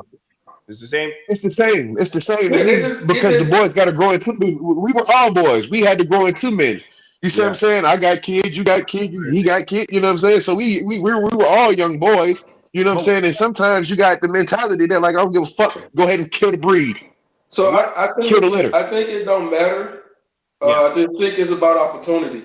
Whoever they catch get caught slipping. So when they think they can catch you slipping, like you brought up the guy. And my bad, y'all, for being late, man. I'm on another side of the world, man. So I know what time you try to get started, bro. But I be getting off work. But like you talked about the young kid who got rolled up in the mattress and they took his organs out, and it's like that was in Georgia, CP, by the way. Yeah, it's like, bro, like there's no way something like this is happening. That happened. Yeah, that shit happened in Waycross, if I'm mistaken. I remember that shit in the gym. They found the little nigga. Caught him slipping. Think about it. And then think about the many cases where we see that black people being hung by a noose and they say ain't committed suicide. Right. It's about opportunity, bro. We got one. And so I don't know. I don't even think it matters if it's male or female, bro. It's just if we can catch you slipping and get away with it. Because they can't get away with it like that no more. Yep. This is historical things that are happening in America, bro. Like this, it's always been that way. There was a lady, an old lady, bro. She was blasting on their ass. Though in Atlanta, they kicked in the wrong house. They kicked in the house. It was no knock. Kicked in the house. She started blasting at their ass. They shot her up, bro. And they was at the wrong house. Yeah, and she got a few of them. The old lady. Talking about the old woman. Yeah, I remember that shit. Yeah, I remember that shit. Facts. Being hunted.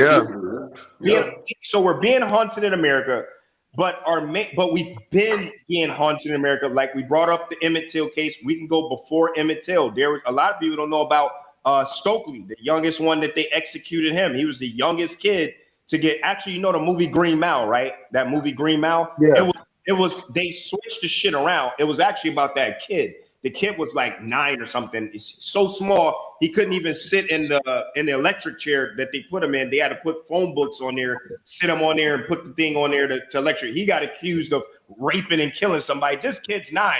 But they reversed it. Reversed it and tried to make it. But they reversed it and put a big nigga in there like he was too big for the shit. Right. But that's how you got to understand now. There you go. That's how they view us a lot of time. Even our women are stronger than some of them. So you got to remember, that's why that whole viral thing went out about black people are Vitramites. Some people actually will see us like that, bro. Like, cause we too strong. You'll see somebody that's small as hell, and like in my house, bro. We got a kid in my house that's like 6'5" right now, 17 years old. Damn. He looked like I had to have that conversation with him. Like, look, you know, when he was about 15, I was like, look, you got to start moving different. Like, you ain't no kid to these people out here. Yeah. So and I think we got to do a better job of that. Like I think. So where you at? I'm saying, like, are you not to cut you off, but are you in America or are you across the country? I'm in Germany right now. Are you in Germany? My family's back in Atlanta. I can tell you from Atlanta because your lingo. I stay in Atlanta. Oh yeah, that's what's up. Yeah. But man, this is just history, bro. Like it ain't gonna change, and you got to also remember that. A lot, even think about it. The whole Nazi thing happened in like 1940-ish. It ain't been 100 years since that. Yeah. There's some people alive. They had teenagers in their militaries. That's true. Some people still alive. Yeah. We got our freedom in the 60s. Right. There's some people with some bodies walking around right now and still look at us the same, but they can't say and do the same thing because of change. Yeah. So y'all know what another big thing is? The problem too. Everybody views us as a threat. right? Mm-hmm. We Mm-hmm. never view these other people as like for me, I view all these motherfuckers as a threat. If I see a caveman smiling, I know something is going on. I start looking around what the fuck is going on. Because they're not smiling and they up to some shit. Like I don't expect them to be nothing more than what they have showed through centuries of years, decades. And we have to go back to this. A lot of people, and I was having this conversation not too long ago with a guy who was talking about, yeah, man, how bad they were doing the slaves and shit with the torture. Like now it's just coming out on social media about how, you know, cannibalism was happening to slaves and shit. On the slave ship, they was eating them, you know, they would kill a slave and then feed everybody on the damn boat, the slave. Bro, That's correct. They was doing that shit in Europe to each other. Using us for medicinal uses, like they guess what? They was getting certain parts of our bodies, like the oil from certain parts of the body, they was using in cars, bro, for lubrication. Bro, but they were doing it to themselves before they got to us. They were cavemen. This is what they know. Like, this is when people start looking at them at how they actually are. You look at Christopher Columbus' diary that he had when he came over and how he said he was how he viewed the people. Hey, look, they're offering us shit. They look like they will be a good. They were cannibalizing them motherfuckers. They don't talk about that shit. They were eating. Hey, guess what though? Hey, even in America, though, like even in up north, in like the Massachusetts area, it used to be so cold and food was scarce, bro. They was going in the grave eating people. In the grave, bro. Yeah, bro. They got the Queen Elizabeth and all the motherfuckers had skulls with that they was taking and drinking out of, bro. Yeah, this is what they do. Like you think they have something different. They gonna take what they do from their origin into the next place and then to the next place. Yeah. So it's already in their genetics, bro. It's already in their genetics. Already in genetics, already in their buildup. So what we gotta do as black people, though, we gotta get more organized as far as we gotta stop rolling. We gotta get scared. The problem is like what we said before about, you know, CP, you had brought up that thing and you asked me about, you know, was black people pussy? Bro, listen, the problem is they not pussy enough, to be honest. When are y'all gonna get scared to be like, for me, I'm not walking around these motherfuckers by myself. Hell no. If it's a graphic where it's more of them, I'm grabbing me somebody with me. Like that poor kid that went in that Chinese restaurant. Not Chinese restaurant, the gas station, right? If that poor kid had went in there with another where he got shot. Where he got shot, yeah. The story he got shot for. Story got shot at. If he would have walked in there with another kid with him, another brother, what would you think would have happened? It's a little bit more. They could have on them motherfuckers. It's a little bit because the influence is there. The influence is there. You already know when two or more niggas get together. When two or more niggas get together, it's an influence off top. So let me tell you this though. So they know that we are rebellious, bro. They know that's why they know how to attack us, and it won't be physical. That only works for so long. Yeah. They attack our families. So it ain't that we're pussy. It's just throughout history we've been conditioned to think about other things when we're confronted by people outside our race. Because when we see each other, we about to go. It's wild. We ain't on that time. Yeah. But when we see other races, something in us that makes us be like, all right, I'm not gonna beat his ass right now. Right. Because that's how it's been through history. Even how. Remember, one of the main topics that we hear today is the father out the home. That was all a part of the strategy to get us away from our family, because that's how you attack a black man. You can't attack us dominators out the house. Yeah. Yes. You can't attack. I told you that too earlier. I said get the dominators out. That's what we got. Yeah. So that's why we're targeted different, and I wish a lot of our women understand how we've been targeted, because a lot of our women think they're the target. No, you're not the target. You're the demographic of we want you to be the way you are. You're gonna continue being a woman, no matter what. They're gonna always just see them as a woman. Mm-hmm. We have to be taken away from them so they can then control them. That's why we have a lot of the I don't need the man mentality, and you know what I'm saying, I make my own money, because now they think it's all about making money, when men have always said, I want to make bread so I can take care of everybody. Right. We don't need that mentality in the house, because that's an influence on my family. Mm-hmm. So we've always been the target, bro. They just target us different now. Yeah. And Yeah. I think also now, right now, they're taking a more tactical way at going after these young boys, because I feel like they think like the older men, like what we talked about earlier, you know, when you get older, you're not as rebellious, right? You got more shit to lose. I'm not gonna fuck you up right now.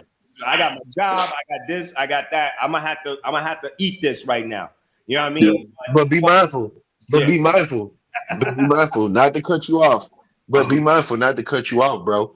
But when we use the language that we using as far as haunted, that ain't just going for murder either. Niggas is being haunted at these jobs because guess what? This is how you got them provide for your family. This is how you keep your lights and shit on. This how you keep you a nice ass house, dope ass crib. You know what I'm saying? This is how you keep this shit. You know what I mean? However you generate your finances to live the way you want to live. Yeah. You got these same cavemen in these same work environments, making these same monies. You know what I'm saying? Bro. But they're doing fuck shit to you inside of these places to try to get you out of that, to play you out of that position now. You know what I'm saying? Haunted comes more than with just death, nigga. That shit comes with trying to play you out your position when it comes down to you earning your check to provide to feed your folks. You know what I'm saying? After you been put in 10, 15 years into this spot, them niggas been gunning at you. And then you want to wonder why you put in 20 years in this place. You damn near finna retire, but you never leveled up. You know what I'm saying? Them folks been putting a hockey stick in your ass on the low tip, but smiling in your face, shaking your hand, drinking coffee with you like you smooth for real, but you really ain't. Mm-hmm. That's a good ass point, CP. And you know, that's why I always said, you know, you can't never trust the caveman when he's smiling, man. Look, hell nah. Hey, look, I'd rather you stand in front of me and spit tobacco in front of me on the ground. Yeah, I know. Like Killer Mike said, show me who my enemies is. Killer Mike said, I like freedom of speech. Let them all say what they want to say. Show me who my enemy is. Because they'll work with you. Especially because to make money, they'll work with you and hate you at the same time. Trust me. I ain't even gonna talk about it because you know I'm where I am, but yeah, they'll work with you when it comes to money. They'll work with you. Yeah, real talk. They ain't gonna let too many of y'all in there though. Too many of y'all ain't gonna get in there though. It's a problem. Too many of them is a problem. Chicago, they had this thing that in the clubs, right? Where downtown. This is why I stop partying when I go to Chicago and shit. Because again, what we got to do too. What we got to do as black men also, and black women, you know, as black people in general, and especially these black kids, man. I'm really trying to reach them because I feel like they are the number one threat, you know, for them. The kids, the youth is always the threat, right? They're the easiest to manipulate. They're the easiest to trick. They're the easiest to try to, and they're the easiest to harm. You know, look at all these poor little kids that's coming up. These are boys, man. These are young boys that's being killed. The kid that was in the mat, he's fucking in high school, man. Look at the two that they found. Kids that was traveling in Georgia to get ready to go somewhere. They killed them, the two twins. You know, these are kids. So in the mountains in North Georgia. In the mountains, right, over there in Georgia. Yep. Yeah, them from Ohio, some damn where some shit. Yeah. So these boys are being haunted, man, and being taken out. And what I want these people to realize, what I want us to realize is it is time now to start watching your back. Stop walking around like shit ain't happening. This is the time that now we need to be coming together as much as we can. As far as even if you don't know somebody, if you see a brother getting harassed, you see a brother getting in there, step your ass in there because you thinking it's not going to happen to you. My point, it's going to happen to you. You know what I'm saying? Strength is in the numbers. Right now, you got a lot of these radical groups because like right now, you know, you got like these guys that's protesting and all that. Listen. You got to meet these cavemen where they at. As far as when y'all walking by, fuck phone bullshit and all that.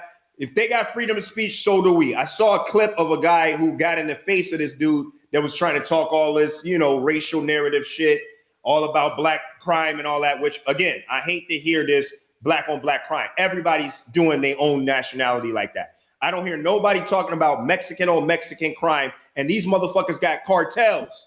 They got cartels. Yeah. Dude. That's we are the influence. You know what I'm The saying? Mexican cartels ain't influencing the world the way we do, bro. Everything we do is an influence. The way we talk, the way we walk, no matter where you from, bro. No, whatever the area you are, like we are the Kendrick Lamar had niggas crip walking in China. Yeah. Be for real. Like we the influence. That's why. But I mean this. In that fact, that's true. But see, that's kind of more the way I look at that is they're using first off, they don't like you anyway. It don't matter about your influence that you got so much. That influence helps them. Your influence of hip hop helps them to get paid. Because guess what? They're sitting in the fucking in the acceptance realm. So they're the ones that's promoting your shit. They're the ones that's pushing your shit international. So they don't give a about your influence. They're just getting paid off of it. The narrative, the black on black crime is to make you get out of to lose focus on what's happening right now. You are unorganized.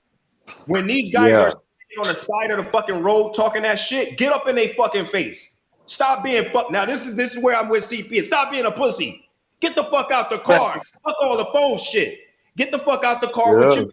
Y'all got your mans in it. Just like if you was rolling through a set and you see some set that you fuck with, you gonna be talking shit, right? You automatic. You on automatic. You on go.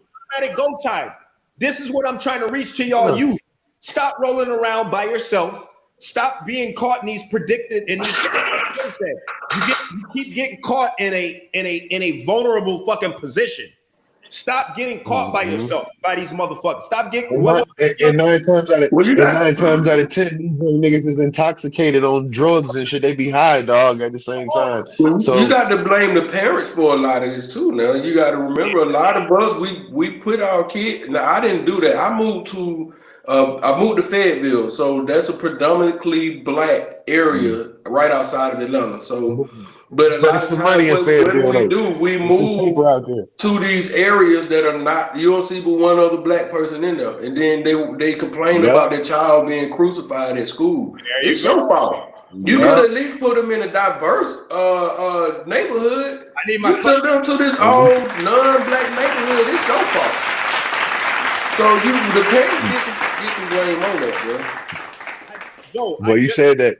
Me and CP was just talking about this. This is what I said. It starts at home with these predicaments. Emmett Till, Ruby Bridges, all of these youngsters, these young angels, man. Rest in peace to these young princes and princesses who was murdered for nothing. They got murdered because why? A lot of this, Ruby Bridges didn't get murdered, by the way, but I'm using her as far as her having to go desegregate school, right, all of that abuse. That's psychological. Do you think Ruby Bridges is still fucking? Her psychological is all fucked up. I'm sure if you sit down and have a conversation with her, you need therapy after that type of shit. They had grown men out there spitting on her, grown women spitting on her. They had fucking dogs and shit out there guarding the school so she couldn't come in. We have to lift our respect. We have to start challenging white supremacy. See, that's the thing that nobody's talking about. Challenge that shit. Fuck all this. Why are we bringing phones out? I see a motherfucker out here talking. Get up in they shit. Yeah, we here and what? What you gonna do? See, that was the thing about Chud the Builder. This motherfucker went for so long until he got his ass finally checked. But see, he wouldn't have even got to that point if somebody would have put a boot up his ass in the beginning. He wouldn't have never even got to that. Well, so all right, so you got to remember though, he's choosing his target, so he's not walking around. So this the thing. We got to remember is with social media, a lot of time when they have content, they cut out a lot of shit. So like when you see those guys out interviewing women and they seem to always have fucked up women, they cutting out the other women. Chud the Builder did the same thing. I'm pretty sure somebody checked him before. He cut that shit out and only choosing the ones that he was able to stand there. Cause bro, it's too many of I refuse to believe that. It's videos where it's other bystanders. This is what I mean about organized. See, black people think like this, and this is one of our main issues, especially black. Black people are there, but I'm dealing right now with the black men because we are the focal point. The black women is going to go because women are women. Women in any nationality can be manipulated most of the time. And no disrespect to any women watching, but that's just how it is. Women can be manipulated. You know what I'm saying? Like men are the focal point. They're the ones that's going to the wars. They're the ones that's, and I'm talking about like back, civil wars, yada yada, the big shit. These are the men is upfront charging that. So I'm talking about these bystanders. If you see this dude, he wouldn't have never been able to edit a motherfucking thing if I'm standing around, because as soon as I see him talking to this dude, I'm on his ass. Like, hold on now. Let's look at that. Yeah, I'm on his ass. Pause. I'm on his ass. But look, if you look at New York, and this is what I'm saying about the hypocrisy of it all. Now check this out. Motherfuckers got all these rights, because I had a lot of people coming at me with my reaction videos. They were like, yeah, he got a gun on him, and oh yeah, you ain't why would you risk going to jail and all that? Hold on, my boy. There's some crash outs out here. There's billions of black crash outs. That's a fact. You look at the Spurs game, the New York, and when they went over there to New York and shit, you had motherfuckers with Spurs jerseys on, right? They walking around minding they motherfucking black crash outs. And what was these crash outs doing? Take it off. Whooping their ass. Take the jersey off. Forget about it. They were fucking whooping dudes left and right out there. I don't want to hear that shit. Supremacy comes up, and you got nothing? Hey, so look, check this out. Check this out. Y'all niggas remember that shit that happened in Alabama at that goddamn pier? Oh, yeah. There when the black folks got into it with the white folks. Perfect. Now that shit went up. That shit went up. Historical. The best moment in one of the best moments in black history was the combat on combat. That shit right there. White supremacy. Yeah. You can't look at it as one black guy is into it, or he's getting videoed with no. He is us. When he's getting disrespected, I'm disrespected. You know what I'm saying? That's why the dominant society can move the way they move. Bro, you had niggas swimming, bro.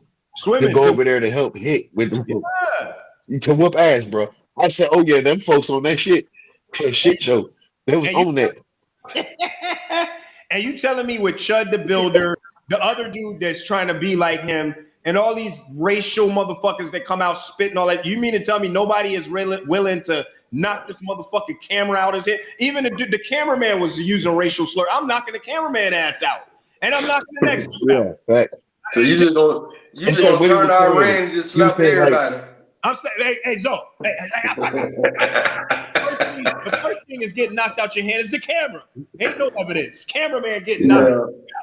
After the cameraman, I'm on the next dude's ass. So I mean, when we start addressing white supremacy with the way that it's supposed to be addressed, and I'm not inciting violence. I'm not saying to go around and look for these motherfuckers. What I'm saying is, when they come to you, put your fucking phone away. Get busy. Put your phone away. Get busy. Yeah. You see somebody that's getting police brutality put on them, like the guy who, like we go back to Floyd, where Floyd was, when the guy had his knee on his neck. I'm sorry, somebody's supposed to jump on the top of that. Somebody got to push him off. Yeah. Somebody got to push him off. Yeah. You can't stand there and video record. Somebody could have came behind, and it was only two of them. We outnumber most of the time in these neighborhoods that they come and get you at. We outnumbering them. We got to start thinking more on. They're not going to. They were in uniform, and they were not going to kill 10 niggas on one neighborhood for trying to save one nigga's life. They not gonna do that, bro. I'm gonna give you some props up, and I want y'all to go look, especially the viewers out here too.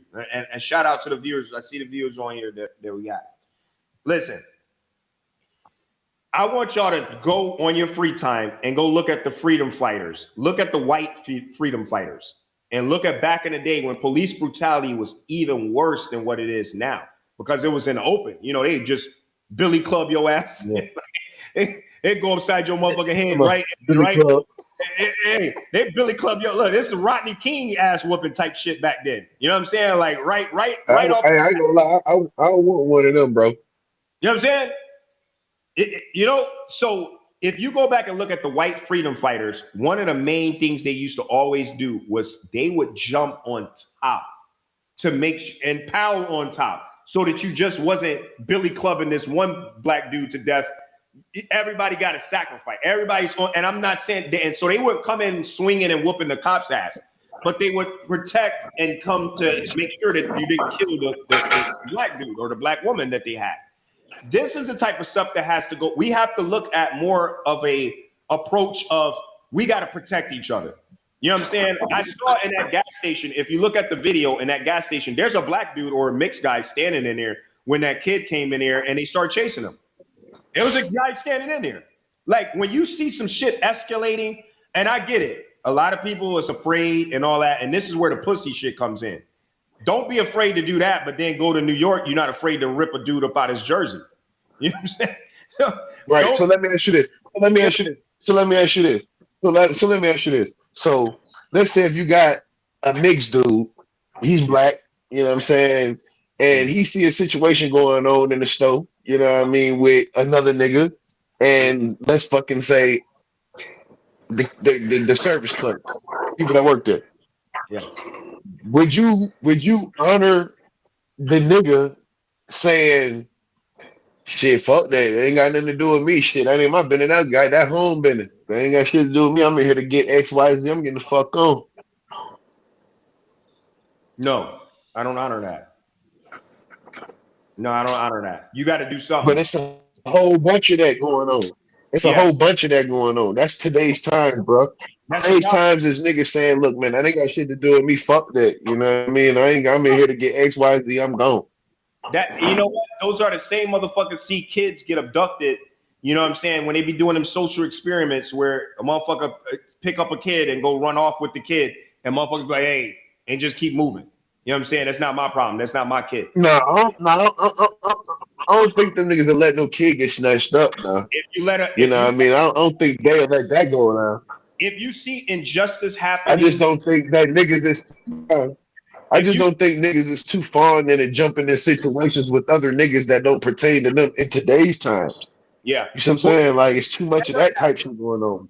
They never have, bro. And well, that's a part of breaking up the family type deal. So everybody became more. Yeah, back in not too long ago, we used to have family reunion, go to each other's house, don't even need a key. And like the more older we've gotten, we've become more separate, bro. That's all a part of the plan. Just break up the family. The black family is powerful, bro. But you break us up, then we in turmoil. And injustice is injustice, CP.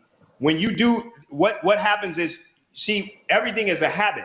You know what I mean? It starts somewhere. So it starts with that mindset. Oh, that nigga don't got nothing to do with me. That nigga, he probably, you know what I'm saying? That they don't got nothing. It's injustice. Now, it'll be something different if the dude comes in and he's the aggressor. If he come in there and he's the aggressor, hey, that shit ain't got nothing to do with me, my boy. You came in here on some bullshit. But I'm talking about injustice. You see a kid. That guy was older than that kid, number one. You saw a kid in there being harassed, being threatened, and then being chased.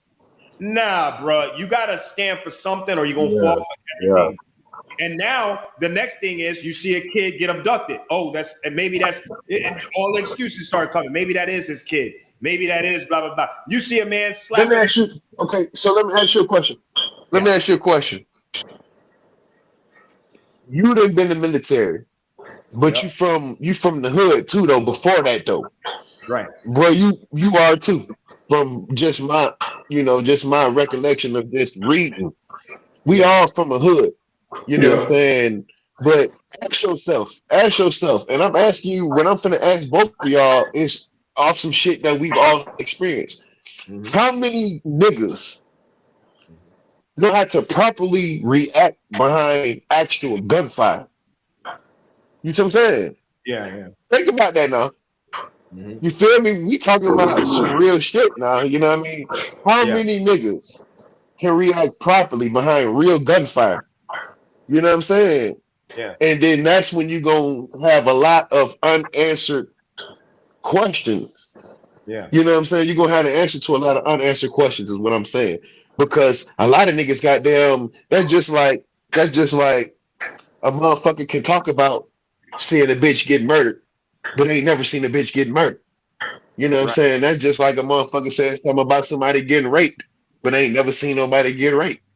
You know what I'm saying? So you got to know how to separate the two. You see what I'm saying? Because the nigga that seen that shit happening, had it not been a gun involved, he probably would have gotten involved.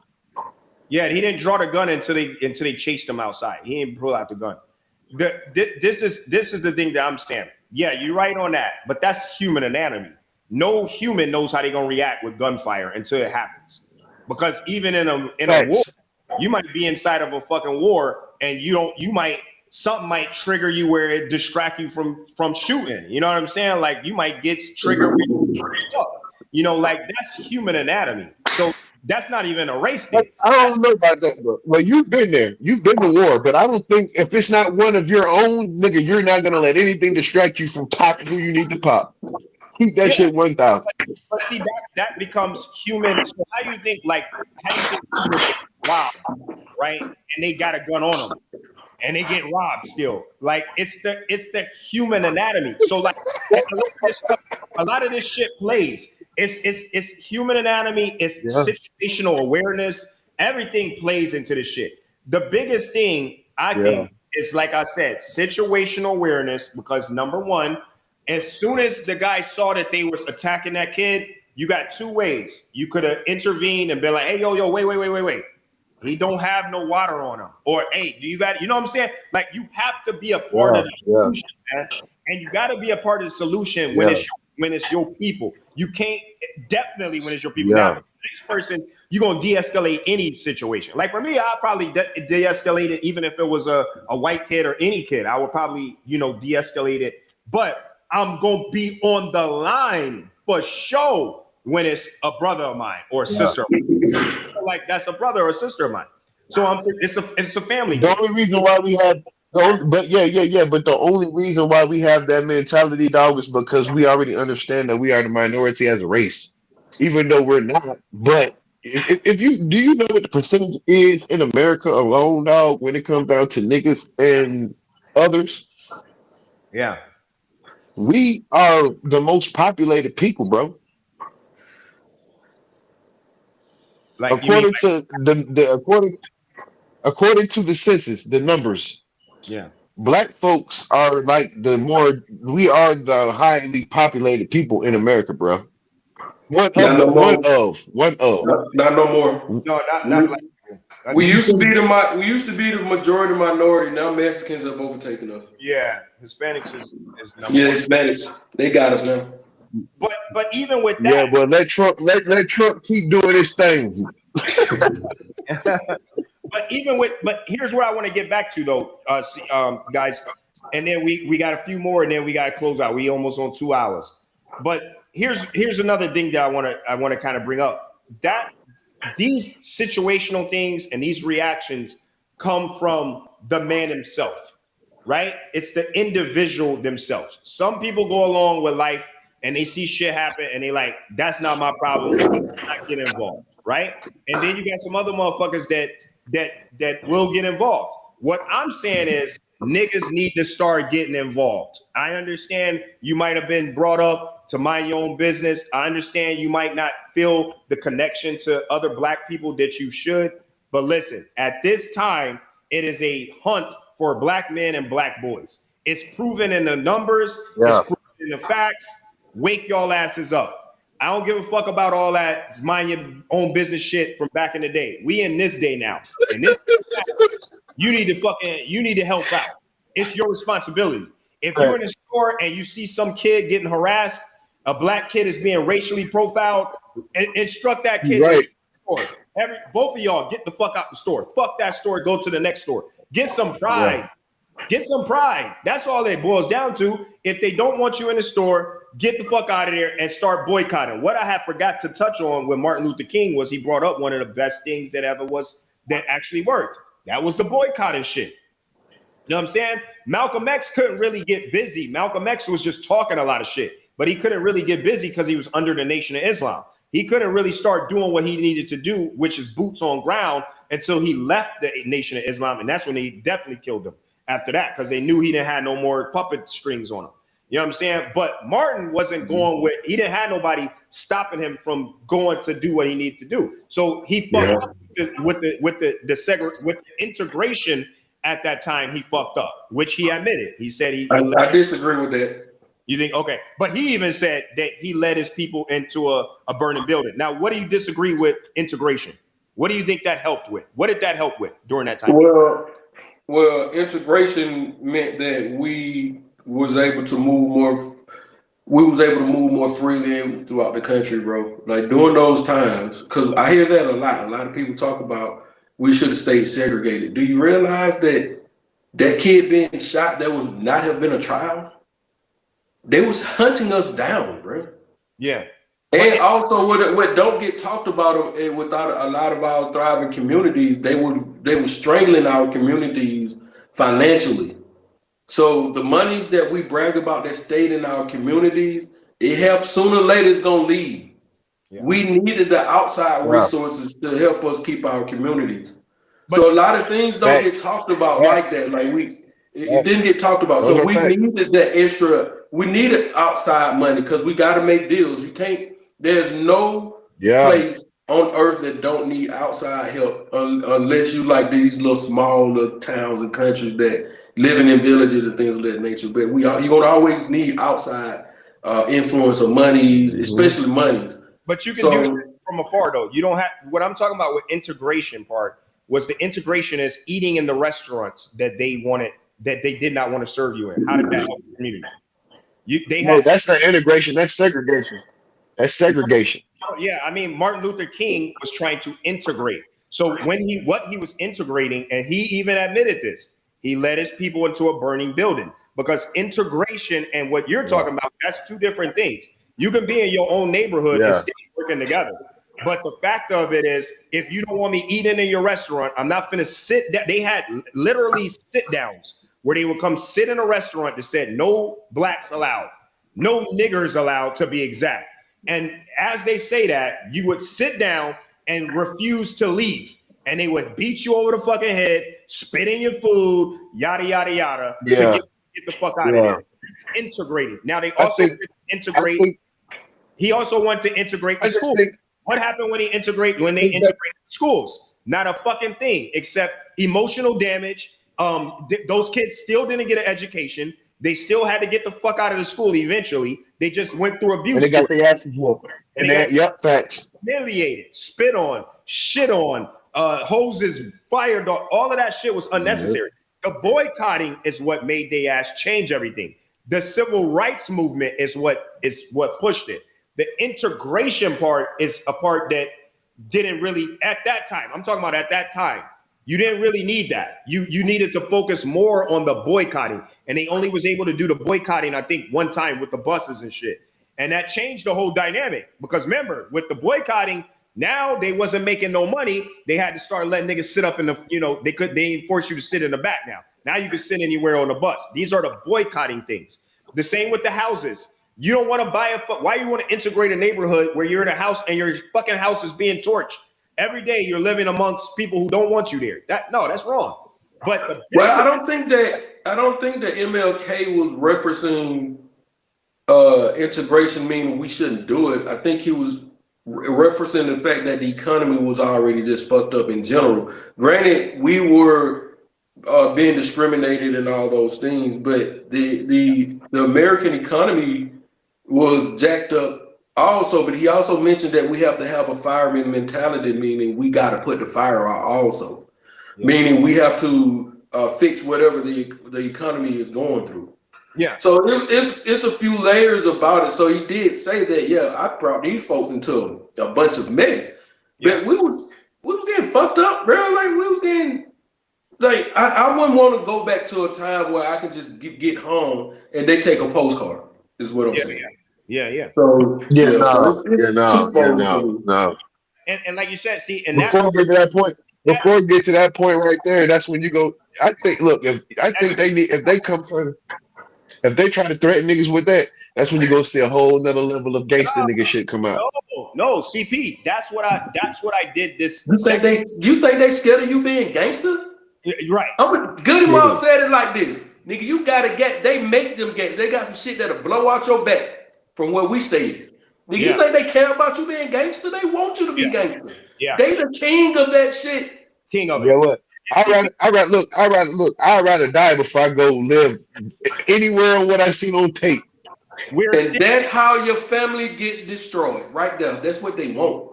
Listen, guys, We're living in that right now. What are we talking about? The postcards is Instagram. The postcards is Facebook. You just saw a nigga rolled up in a mat. I didn't even think about that. Hell yeah. Bro, they're lynching people right fucking now as we speak. They just a dude with his dick in his mouth, bro. They cut his fucking head off and put his dick in his mouth and said it was suicide. Bro, we're living in it right now. That's why Where they did that at? Yeah, it's the case that it's another case of a kid that was out in, I think, Mississippi or either Georgia, and they cut his head off. They found his dick in his mouth. And it's you a nigga that hate Mississippi. You a nigga that hate Mississippi. No, bro. I don't like. I dislike the South, the way it's rolling right now, because these are the cases where it's happening. The problem, this is the place where they embrace the Confederate flag.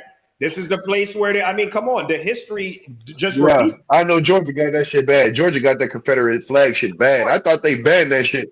I thought they banned it. They had hell no. Bro, hell no. Remember? No, it could be banned, but you got to remember that there are people that are loyal, bro. We got to remember there are people that are loyal to that flag, and a lot of people that are still alive. Some people are just a grandparent away from that, Yeah. You know what I'm saying? So that flag ain't gonna die no time soon, bro. Yeah. But that's why I tell everybody there's Atlanta and then there's the South. Outside of Atlanta, you chancing things, bro. There you go. Real. That's what I'm saying. Yeah. And to have that, to even have still right now to this day, we have sundown towns still. You got areas where you can't drive or you'll be killed because you black. Sundown towns, Sundown. You still got those. You still areas, you still got stores now that you can't go in. That's still, bro, this is the same shit. It's just being done in a different way. That's what I'm saying. The difference is in this term, and this is what happens. A lot of brothers say, oh yeah, we ain't gonna go back to this and we ain't gonna, nigga, we in it. And I'm looking at y'all, y'all not responding like how y'all say y'all will respond. When you got a group of MAGA or you got a group of fucking neo-Nazis standing on the side of the highway and nobody has whooped their ass, nah, nigga, you finna be back into the same shit that was back then. In fact, the people that was, it should be reversed. If you had the Malcolm X's and the Martin Luther Kings in this day and time, them motherfuckers would be able to really get some shit done. Back then, but it was beat their ass. But think about it, man. If you roll up on some motherfuckers right now, unarmed KKK niggas that's like 5 deep, and you know they KKK, and they ain't but 5 strong, and you beat the fuck out of every last one of them white folks, man. Yeah. You going to jail for a hate crime, nigga. Yeah, but I mean, you enslaved anyway. You just forced yourself to be enslaved behind a hate crime. You know what I'm saying? So it's almost really like you ain't escaping that shit, dog. No, not necessarily. So check it out. There's cases of motherfuckers beating some ass and getting down on it. You like number one. See, and this is what I mean about organized. Black people need to be teaching. This is the starter pack that needs to be being brought out. You should have a lawyer that you have on deck. You should always have some type of lawyer that's on deck. Number 2, silence. They say it when they read you your memorandums, right? When anytime a police officer gets over there, you have the right to remain silent. Anything you say or do will be used against you in the court of law. So already they telling your ass, you can shut the fuck up and not say nothing, because if you do say something, we're going to use that shit on your ass, right? So you are your own evidence. You are your own evidence. So you should be briefing. You should have a lawyer on deck. You should be briefing to be silent when you get pulled over. Number 3, stop talking to these motherfuckers. It's a lose-lose case already. When they pull you over, when they start asking you shit, don't say shit. Okay, where's my ticket? That's it. Where's my ticket? You know what I'm saying? We ain't got shit to talk about. Because why'd you pull me over, police officer? We don't got shit to talk about. You probably pulled me over because you're racially profiling. That's fucking obvious. You know what I'm saying? Yep. Give me my ticket. Fight this shit in court. We need to be also, the next thing you need to be is number 1, like what they tell you in the military, battle buddy system. Niggas should stop walking around out here in these streets by your motherfucking self. Unless you in these foreign countries where it's not as radical against you. In the US, if you're not, I forgot one of the main things. Get your ass armed. Get your ass armed. You should have some type of self-defense weapon on your ass. Get some mace, get some motherfucking brass knuckles. Nigga, get something. But don't be out here. Get some brass. Hey, look, old school. Get you some brass knuckles. Get you something. Get your motherfucker. Hey, that nigga said, get you some mace. It's a mace. Hey, that nigga Chud the Bitch, Builder. gotta that give me mace, some boy. brass. Hey, That nigga Chud. hey, that mace will change your life, boy. No. That ain't gonna change your life, nigga. The brass knuckles to go with that blind side shit goes. That's what's gonna change your life. Get you some of that bear. What Chud the Builder had? He had that bear fucking mace. Bear Some of that. mace. Yeah. That shit's spray too, boy. Hey, put that motherfucker on your hip if you got to go alone. But you got to get smart. You can't be walking around here getting lynched. It's 2026. Nah, Niggas is getting lynched. niggas ain't going for that. Niggas ain't going for that shit, bro. It's happening. Niggas is lynched. What do you mean they're not going for it? It's happening. Every other day, niggas getting lynched. So, like, and nobody's doing nothing about it except talking on. I like that though. And we got to start teaching our kids that mainly, bro. Quit going everywhere by yourself. Yeah. I agree with that, bro. That's a let you. Hey, well, to be honest with you though, that's always. Right But to be real with you though, like I grew up in Chicago, like me and Kashi, we from the same hood. Like, man, that nigga grew up together. Yeah. Hey, bro, you know, bro, like that's always been a culture back home. Yeah. You know what I'm saying? Like in the hood, like even going to parties in other neighborhoods, nigga. Like we all find out how many kids from the hood is going in that area of another area. Nigga, Yeah. all right, look, y'all niggas leave together, y'all niggas come back together. Don't come back this way without everybody that you leave with. That was law. Yeah. But You know what I'm saying? That was fucking law. But this is the problem, CP. We only have these ideologies and these protection methods amongst each other. That's us going to our neighborhoods. But what about Skokie? What about these suburbs? That's where you need the shit at. See, my kids are definitely suburban. Right. My kids speak so proper. They be correcting me. I'm like, I'm way older than you. But so the suburban areas is where you need the mace. The Yeah. areas is where you need the fucking the protection. Not That nigga say, each other, yeah. but I'm more afraid of going to a party with all white motherfuckers than I am all black motherfuckers. I know we gonna be in there throwing hands, some gang politics, off of some neighborhood shit, but we ain't fighting because we black. Yeah. Well, you just reminded me. You remember like the video of the kid that drowned, and they was just watching him. He went with his friends. There you go. They was just watching him drown. They ain't even try to save him. They supposed to be his homeboy. That shit was some real shit. That shit really happened though, ain't it? That shit really happened in real life. Yeah, that happened in real life. There's video of it. They sent the video in. That's how crazy. They don't care no more. They don't even care no more. They'll watch you drown and then send the video so it can be shown to the world, bro. Social media clout. Damn, you just hit me with that postcard shit. That's another postcard. It's a postcard, bro. The same shit. We're still living in the same shit, bro. It's just a different type of way. So we have to get organized. We got to get protected. We need to be armed. You know what I'm saying? If you are able to get a registered fucking weapon, you should have it. If you can't, get your ass a bottle of that mace. The women, all these women, these black girls that's going out here, why the fuck are y'all going out with no mace and no, they got tasers. You can taser a motherfucker. There's all types. Let me ask you a question. They got a taser that you can shoot. You can shoot that motherfucker. They got the shit, the little pocket joint where if they try to hit you, you can zap them up like that. Bro, why are we walking around unprotected? Let me ask y'all niggas a question because y'all are two niggas in different parts of the fucking world. You know what I'm saying? Yeah. Do y'all think that the black man is more safer in other countries in the world versus to what we are here in America, where I am? I think it depends on where you are. Yeah. That's a good ass question. No, because see, the reason why I asked you that, bro, is because I know for a fact you done lived in 2 or 3 different countries already, bro. 2 or 3 different lifestyles. You know what I'm saying? Hey, facts, but 2 or 3 different lives. I mean, this dude, one minute he Filipino, next minute he Arab, next minute he. But I'm gonna show you something about the nigga though. See, he blends in so well. I've been watching him.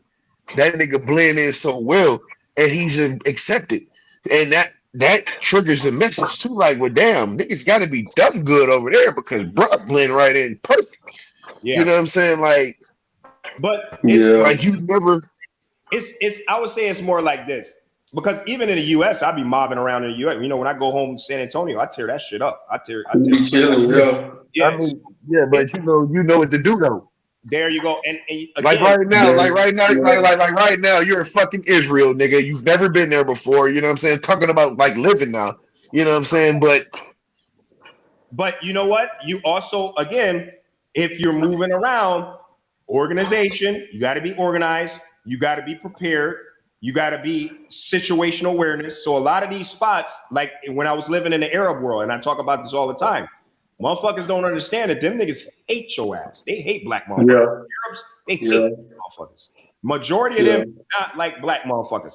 And a lot of times we talk about the European transatlantic slave trade, right? But we don't talk about the Arabic one. Bro, they started. Bro, they started that shit. They was auctioning motherfuckers up. They still over there in Libya, they auctioning niggas off. They selling your asses over there in Libya. Like they have a anti-black mindset for sure. But you have to know where you at and know where to move and where to be at. So safer, no. I would say targeted wise, not as much. Because in these foreign countries, it's about American shit. Now, black, they still fucking over the Africans. They still fucking over, other black motherfuckers like that. But as an American black, you're able to, you can get more leverage because they're looking at that passport. This is a blue passport. He's an American. The cavemen started that mentality of, oh, they're not American, they black. Oh, we're white. Oh, we're this, we're that. That's a caveman's prospect. Everywhere else in the world. That's some fucked up shit. Yeah, American is American. You know what I'm saying? If you're American, you're gonna get some. I ain't trying to glaze, but that's what drew me to Kashi though. Like his personality when I first met him, I was like, bro, you remind me of my. I'm talking about. I know this dude was up to 3:00 in the morning last night, and he come in to work still smiling. I was like, bro, you remind me of my cousin, bro. Like he gonna always have. He ain't gonna let you know when shit bother you, and he gonna always have a good time. And he was like, if I can't be me, and I think this is Kashi's mentality too, just from being around him. Yeah. If I can't be me, I'm not gonna be happy. Yeah. So that's what drew me to him. This no bullshit. Not to cut you off. I've been knowing this nigga his whole fucking life before he even knew he was gonna be this nigga he is today on my mama. And he know that. We done slept in the same bed. We done grew up in the same bed and at the same table. I know him. That's just who the fuck he is, dog. I ain't even gonna water you down. He's been that nigga like that his whole life, dog, since he was a kid. You know what I'm saying? And he's a grown man with it now. He's a lot more educated, got a lot more experience up on his belt, and I'm proud of the nigga. But that's just who the fuck he is.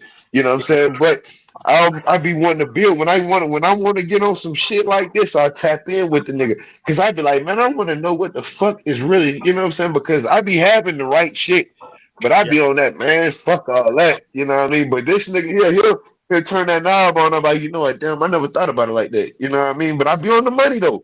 I be on the money. Hell yeah. Yeah.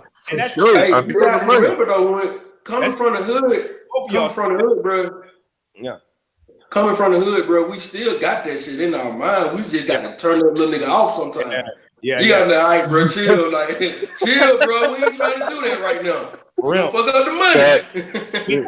We got a lot of contractors, we got a lot of contractors that went over there. And I appreciate both of y'all too, by the way, man. It's much love for y'all. I feel the same way.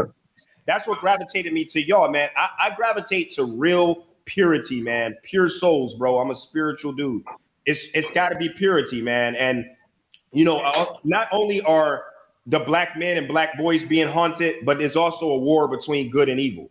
When you go places, your spirit is either going to connect or it's going to disconnect, and it's going to disconnect the evil that is against what you stand for. They don't even have to know you; they just going to see the light, and they don't want no parts of that shit. And now I've become the same with the evil shit. If I sense an evil spirit, I'm the fuck gone. I don't even give it a chance. I don't even try to change. I'm not here to try to change you. I'm not here to try to, we ain't on the same path. I'm out. You know what I mean? But but you two, y'all brothers, man, I'm proud of y'all. I'm extremely proud of y'all. Like I said, I know both of y'all very well. CP, I grew up. This is my brother from another. I already seen your fight, your struggle, how you've changed the game, how you change it, and it's all a mental state. Same with Zoe. I seen how Zoe took over things and recreated shit and was put in situations, but got out of it and did it the way that he's supposed to do it. That's how we do it as far as that non-defeated type of attitude too. Like when you said about going to these other countries, bro, I go to these countries and I dissect everything and I get in where I would fit in. Where you're going to win is where you got to be. If you're taking L's, you go. So if a person is treating you disrespectfully, or if they got I started seeing the Arab world was just not my thing. I started saying, I got to get the fuck up out of here because their mindset, I was feeling like I was caged in. I can't be me. You know what I'm saying? They got too many rules. These motherfuckers is too strict. So before I get myself in trouble, you know what I'm saying, and haul off a slap out of one of these motherfuckers is too strict. Yeah, I had to bounce. I'm like, I'll try something else. And it's a role reversal. Over here in Israel, bro, you don't hear you don't hear the racism as much. Even if it is somewhere around here. I don't know. It could be. Racism is every fucking where. Everybody's got some prejudice. You know what I'm saying? Because you got racism. Yeah. We all prejudice. We all know that each race has something that we don't like or that we don't fuck with. That's just human. Right. Prejudice. Yeah. But racism takes it up to another notch. Racism is I'm better than you because I'm this color. Yeah. I'm better than you because I'm this race. So when you get over here, there's prejudice, but there's not racism that I've really came upon. Like no niggas like treating you different because you this. You know what I'm saying? So in the US, you can get in where you fit in over there too. You just can't push where you ain't supposed to be.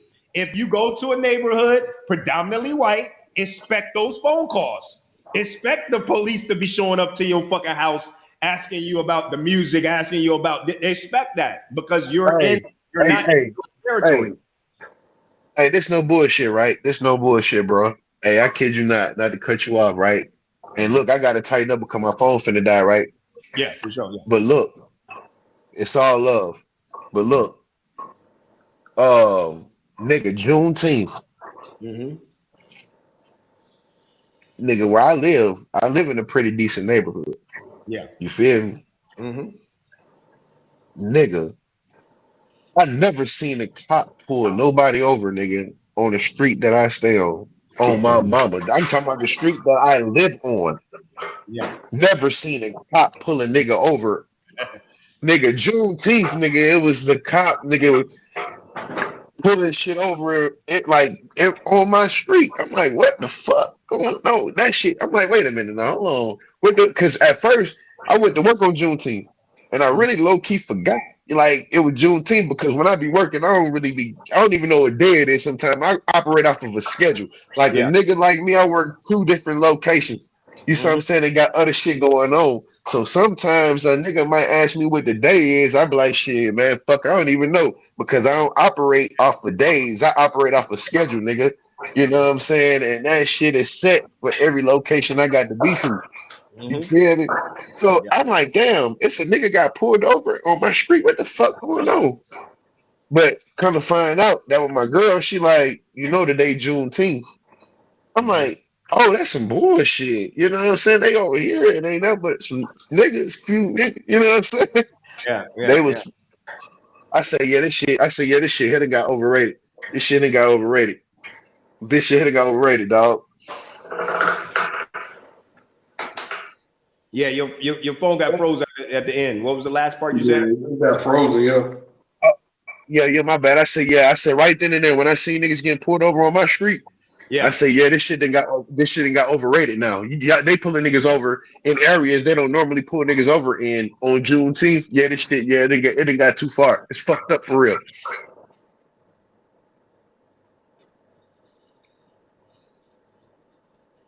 Yeah, but you froze out again, bro. But we like you said, man, it's this is like I told y'all, man, and we'll wrap it up like this. and we'll go around the table for the last statement. We got to stay protected. We got to protect one another. At this time, Black people need to get armed legally, of course. Get armed.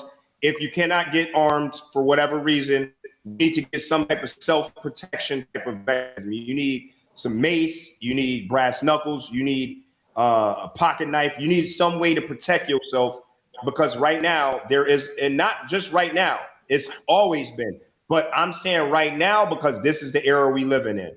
It's not that much different than the eras that already passed, where they was killing you, where they was hunting you down, where it was injustice.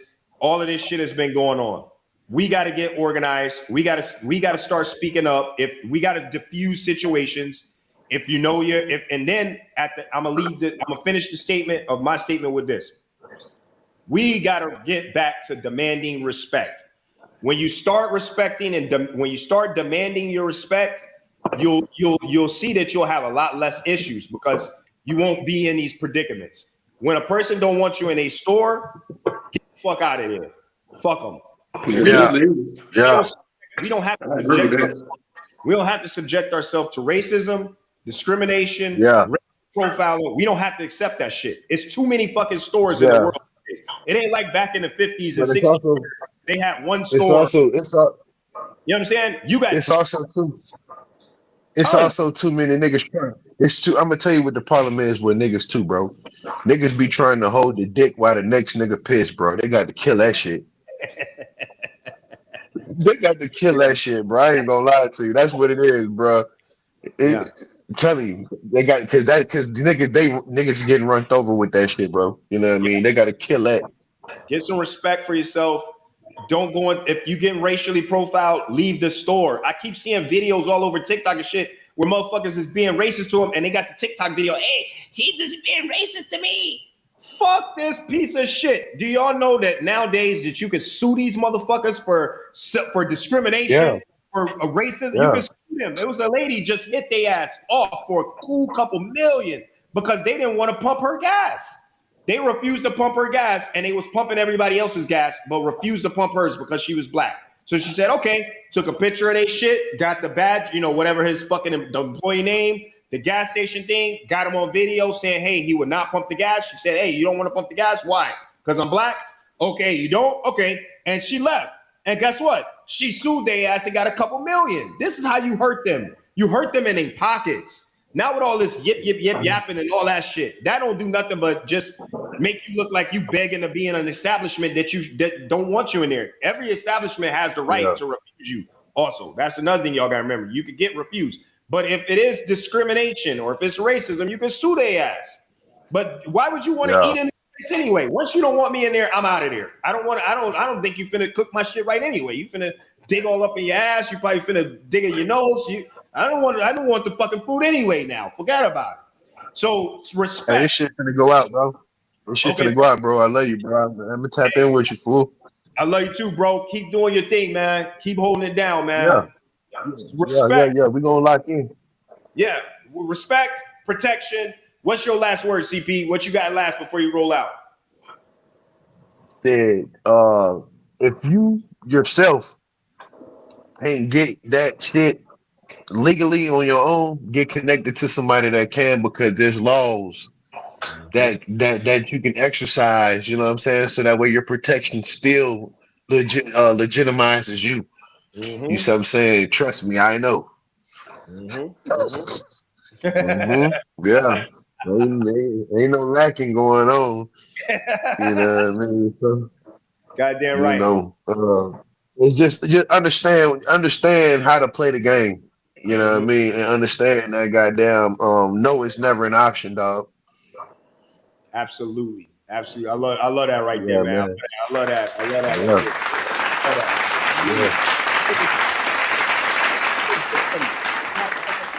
Stop being a victim out here, man. You're being victims, man. And yeah, we got everything against us, but guess what? We got God. That's all we need. So protect yourself. Zoe, what you got? Man, y'all made some good points, bro. Like my biggest thing is whatever we do, it can't be onesies and twosies, because it ain't a revolution or a movement never starts with one person. There may be an action, but it has to be a group. So we just have to be more organized. You see, they got the whole Asian community boycott going on right now, which is working. You know what I'm saying? Like I seen women flipping their nails off right away, saying I'm going to a black nail, and they made a good point with that. And I'm not gonna stay on that too long. They was like, don't look at it as a boycott, look at it as a transfer of wealth. So I think whatever we do, we have to do it together. Like we got to be on that at all, like on clock, like clockwork. So just got to come together and be more organized, as you said. Yep. Yeah, my man. Hey, absolutely, bro.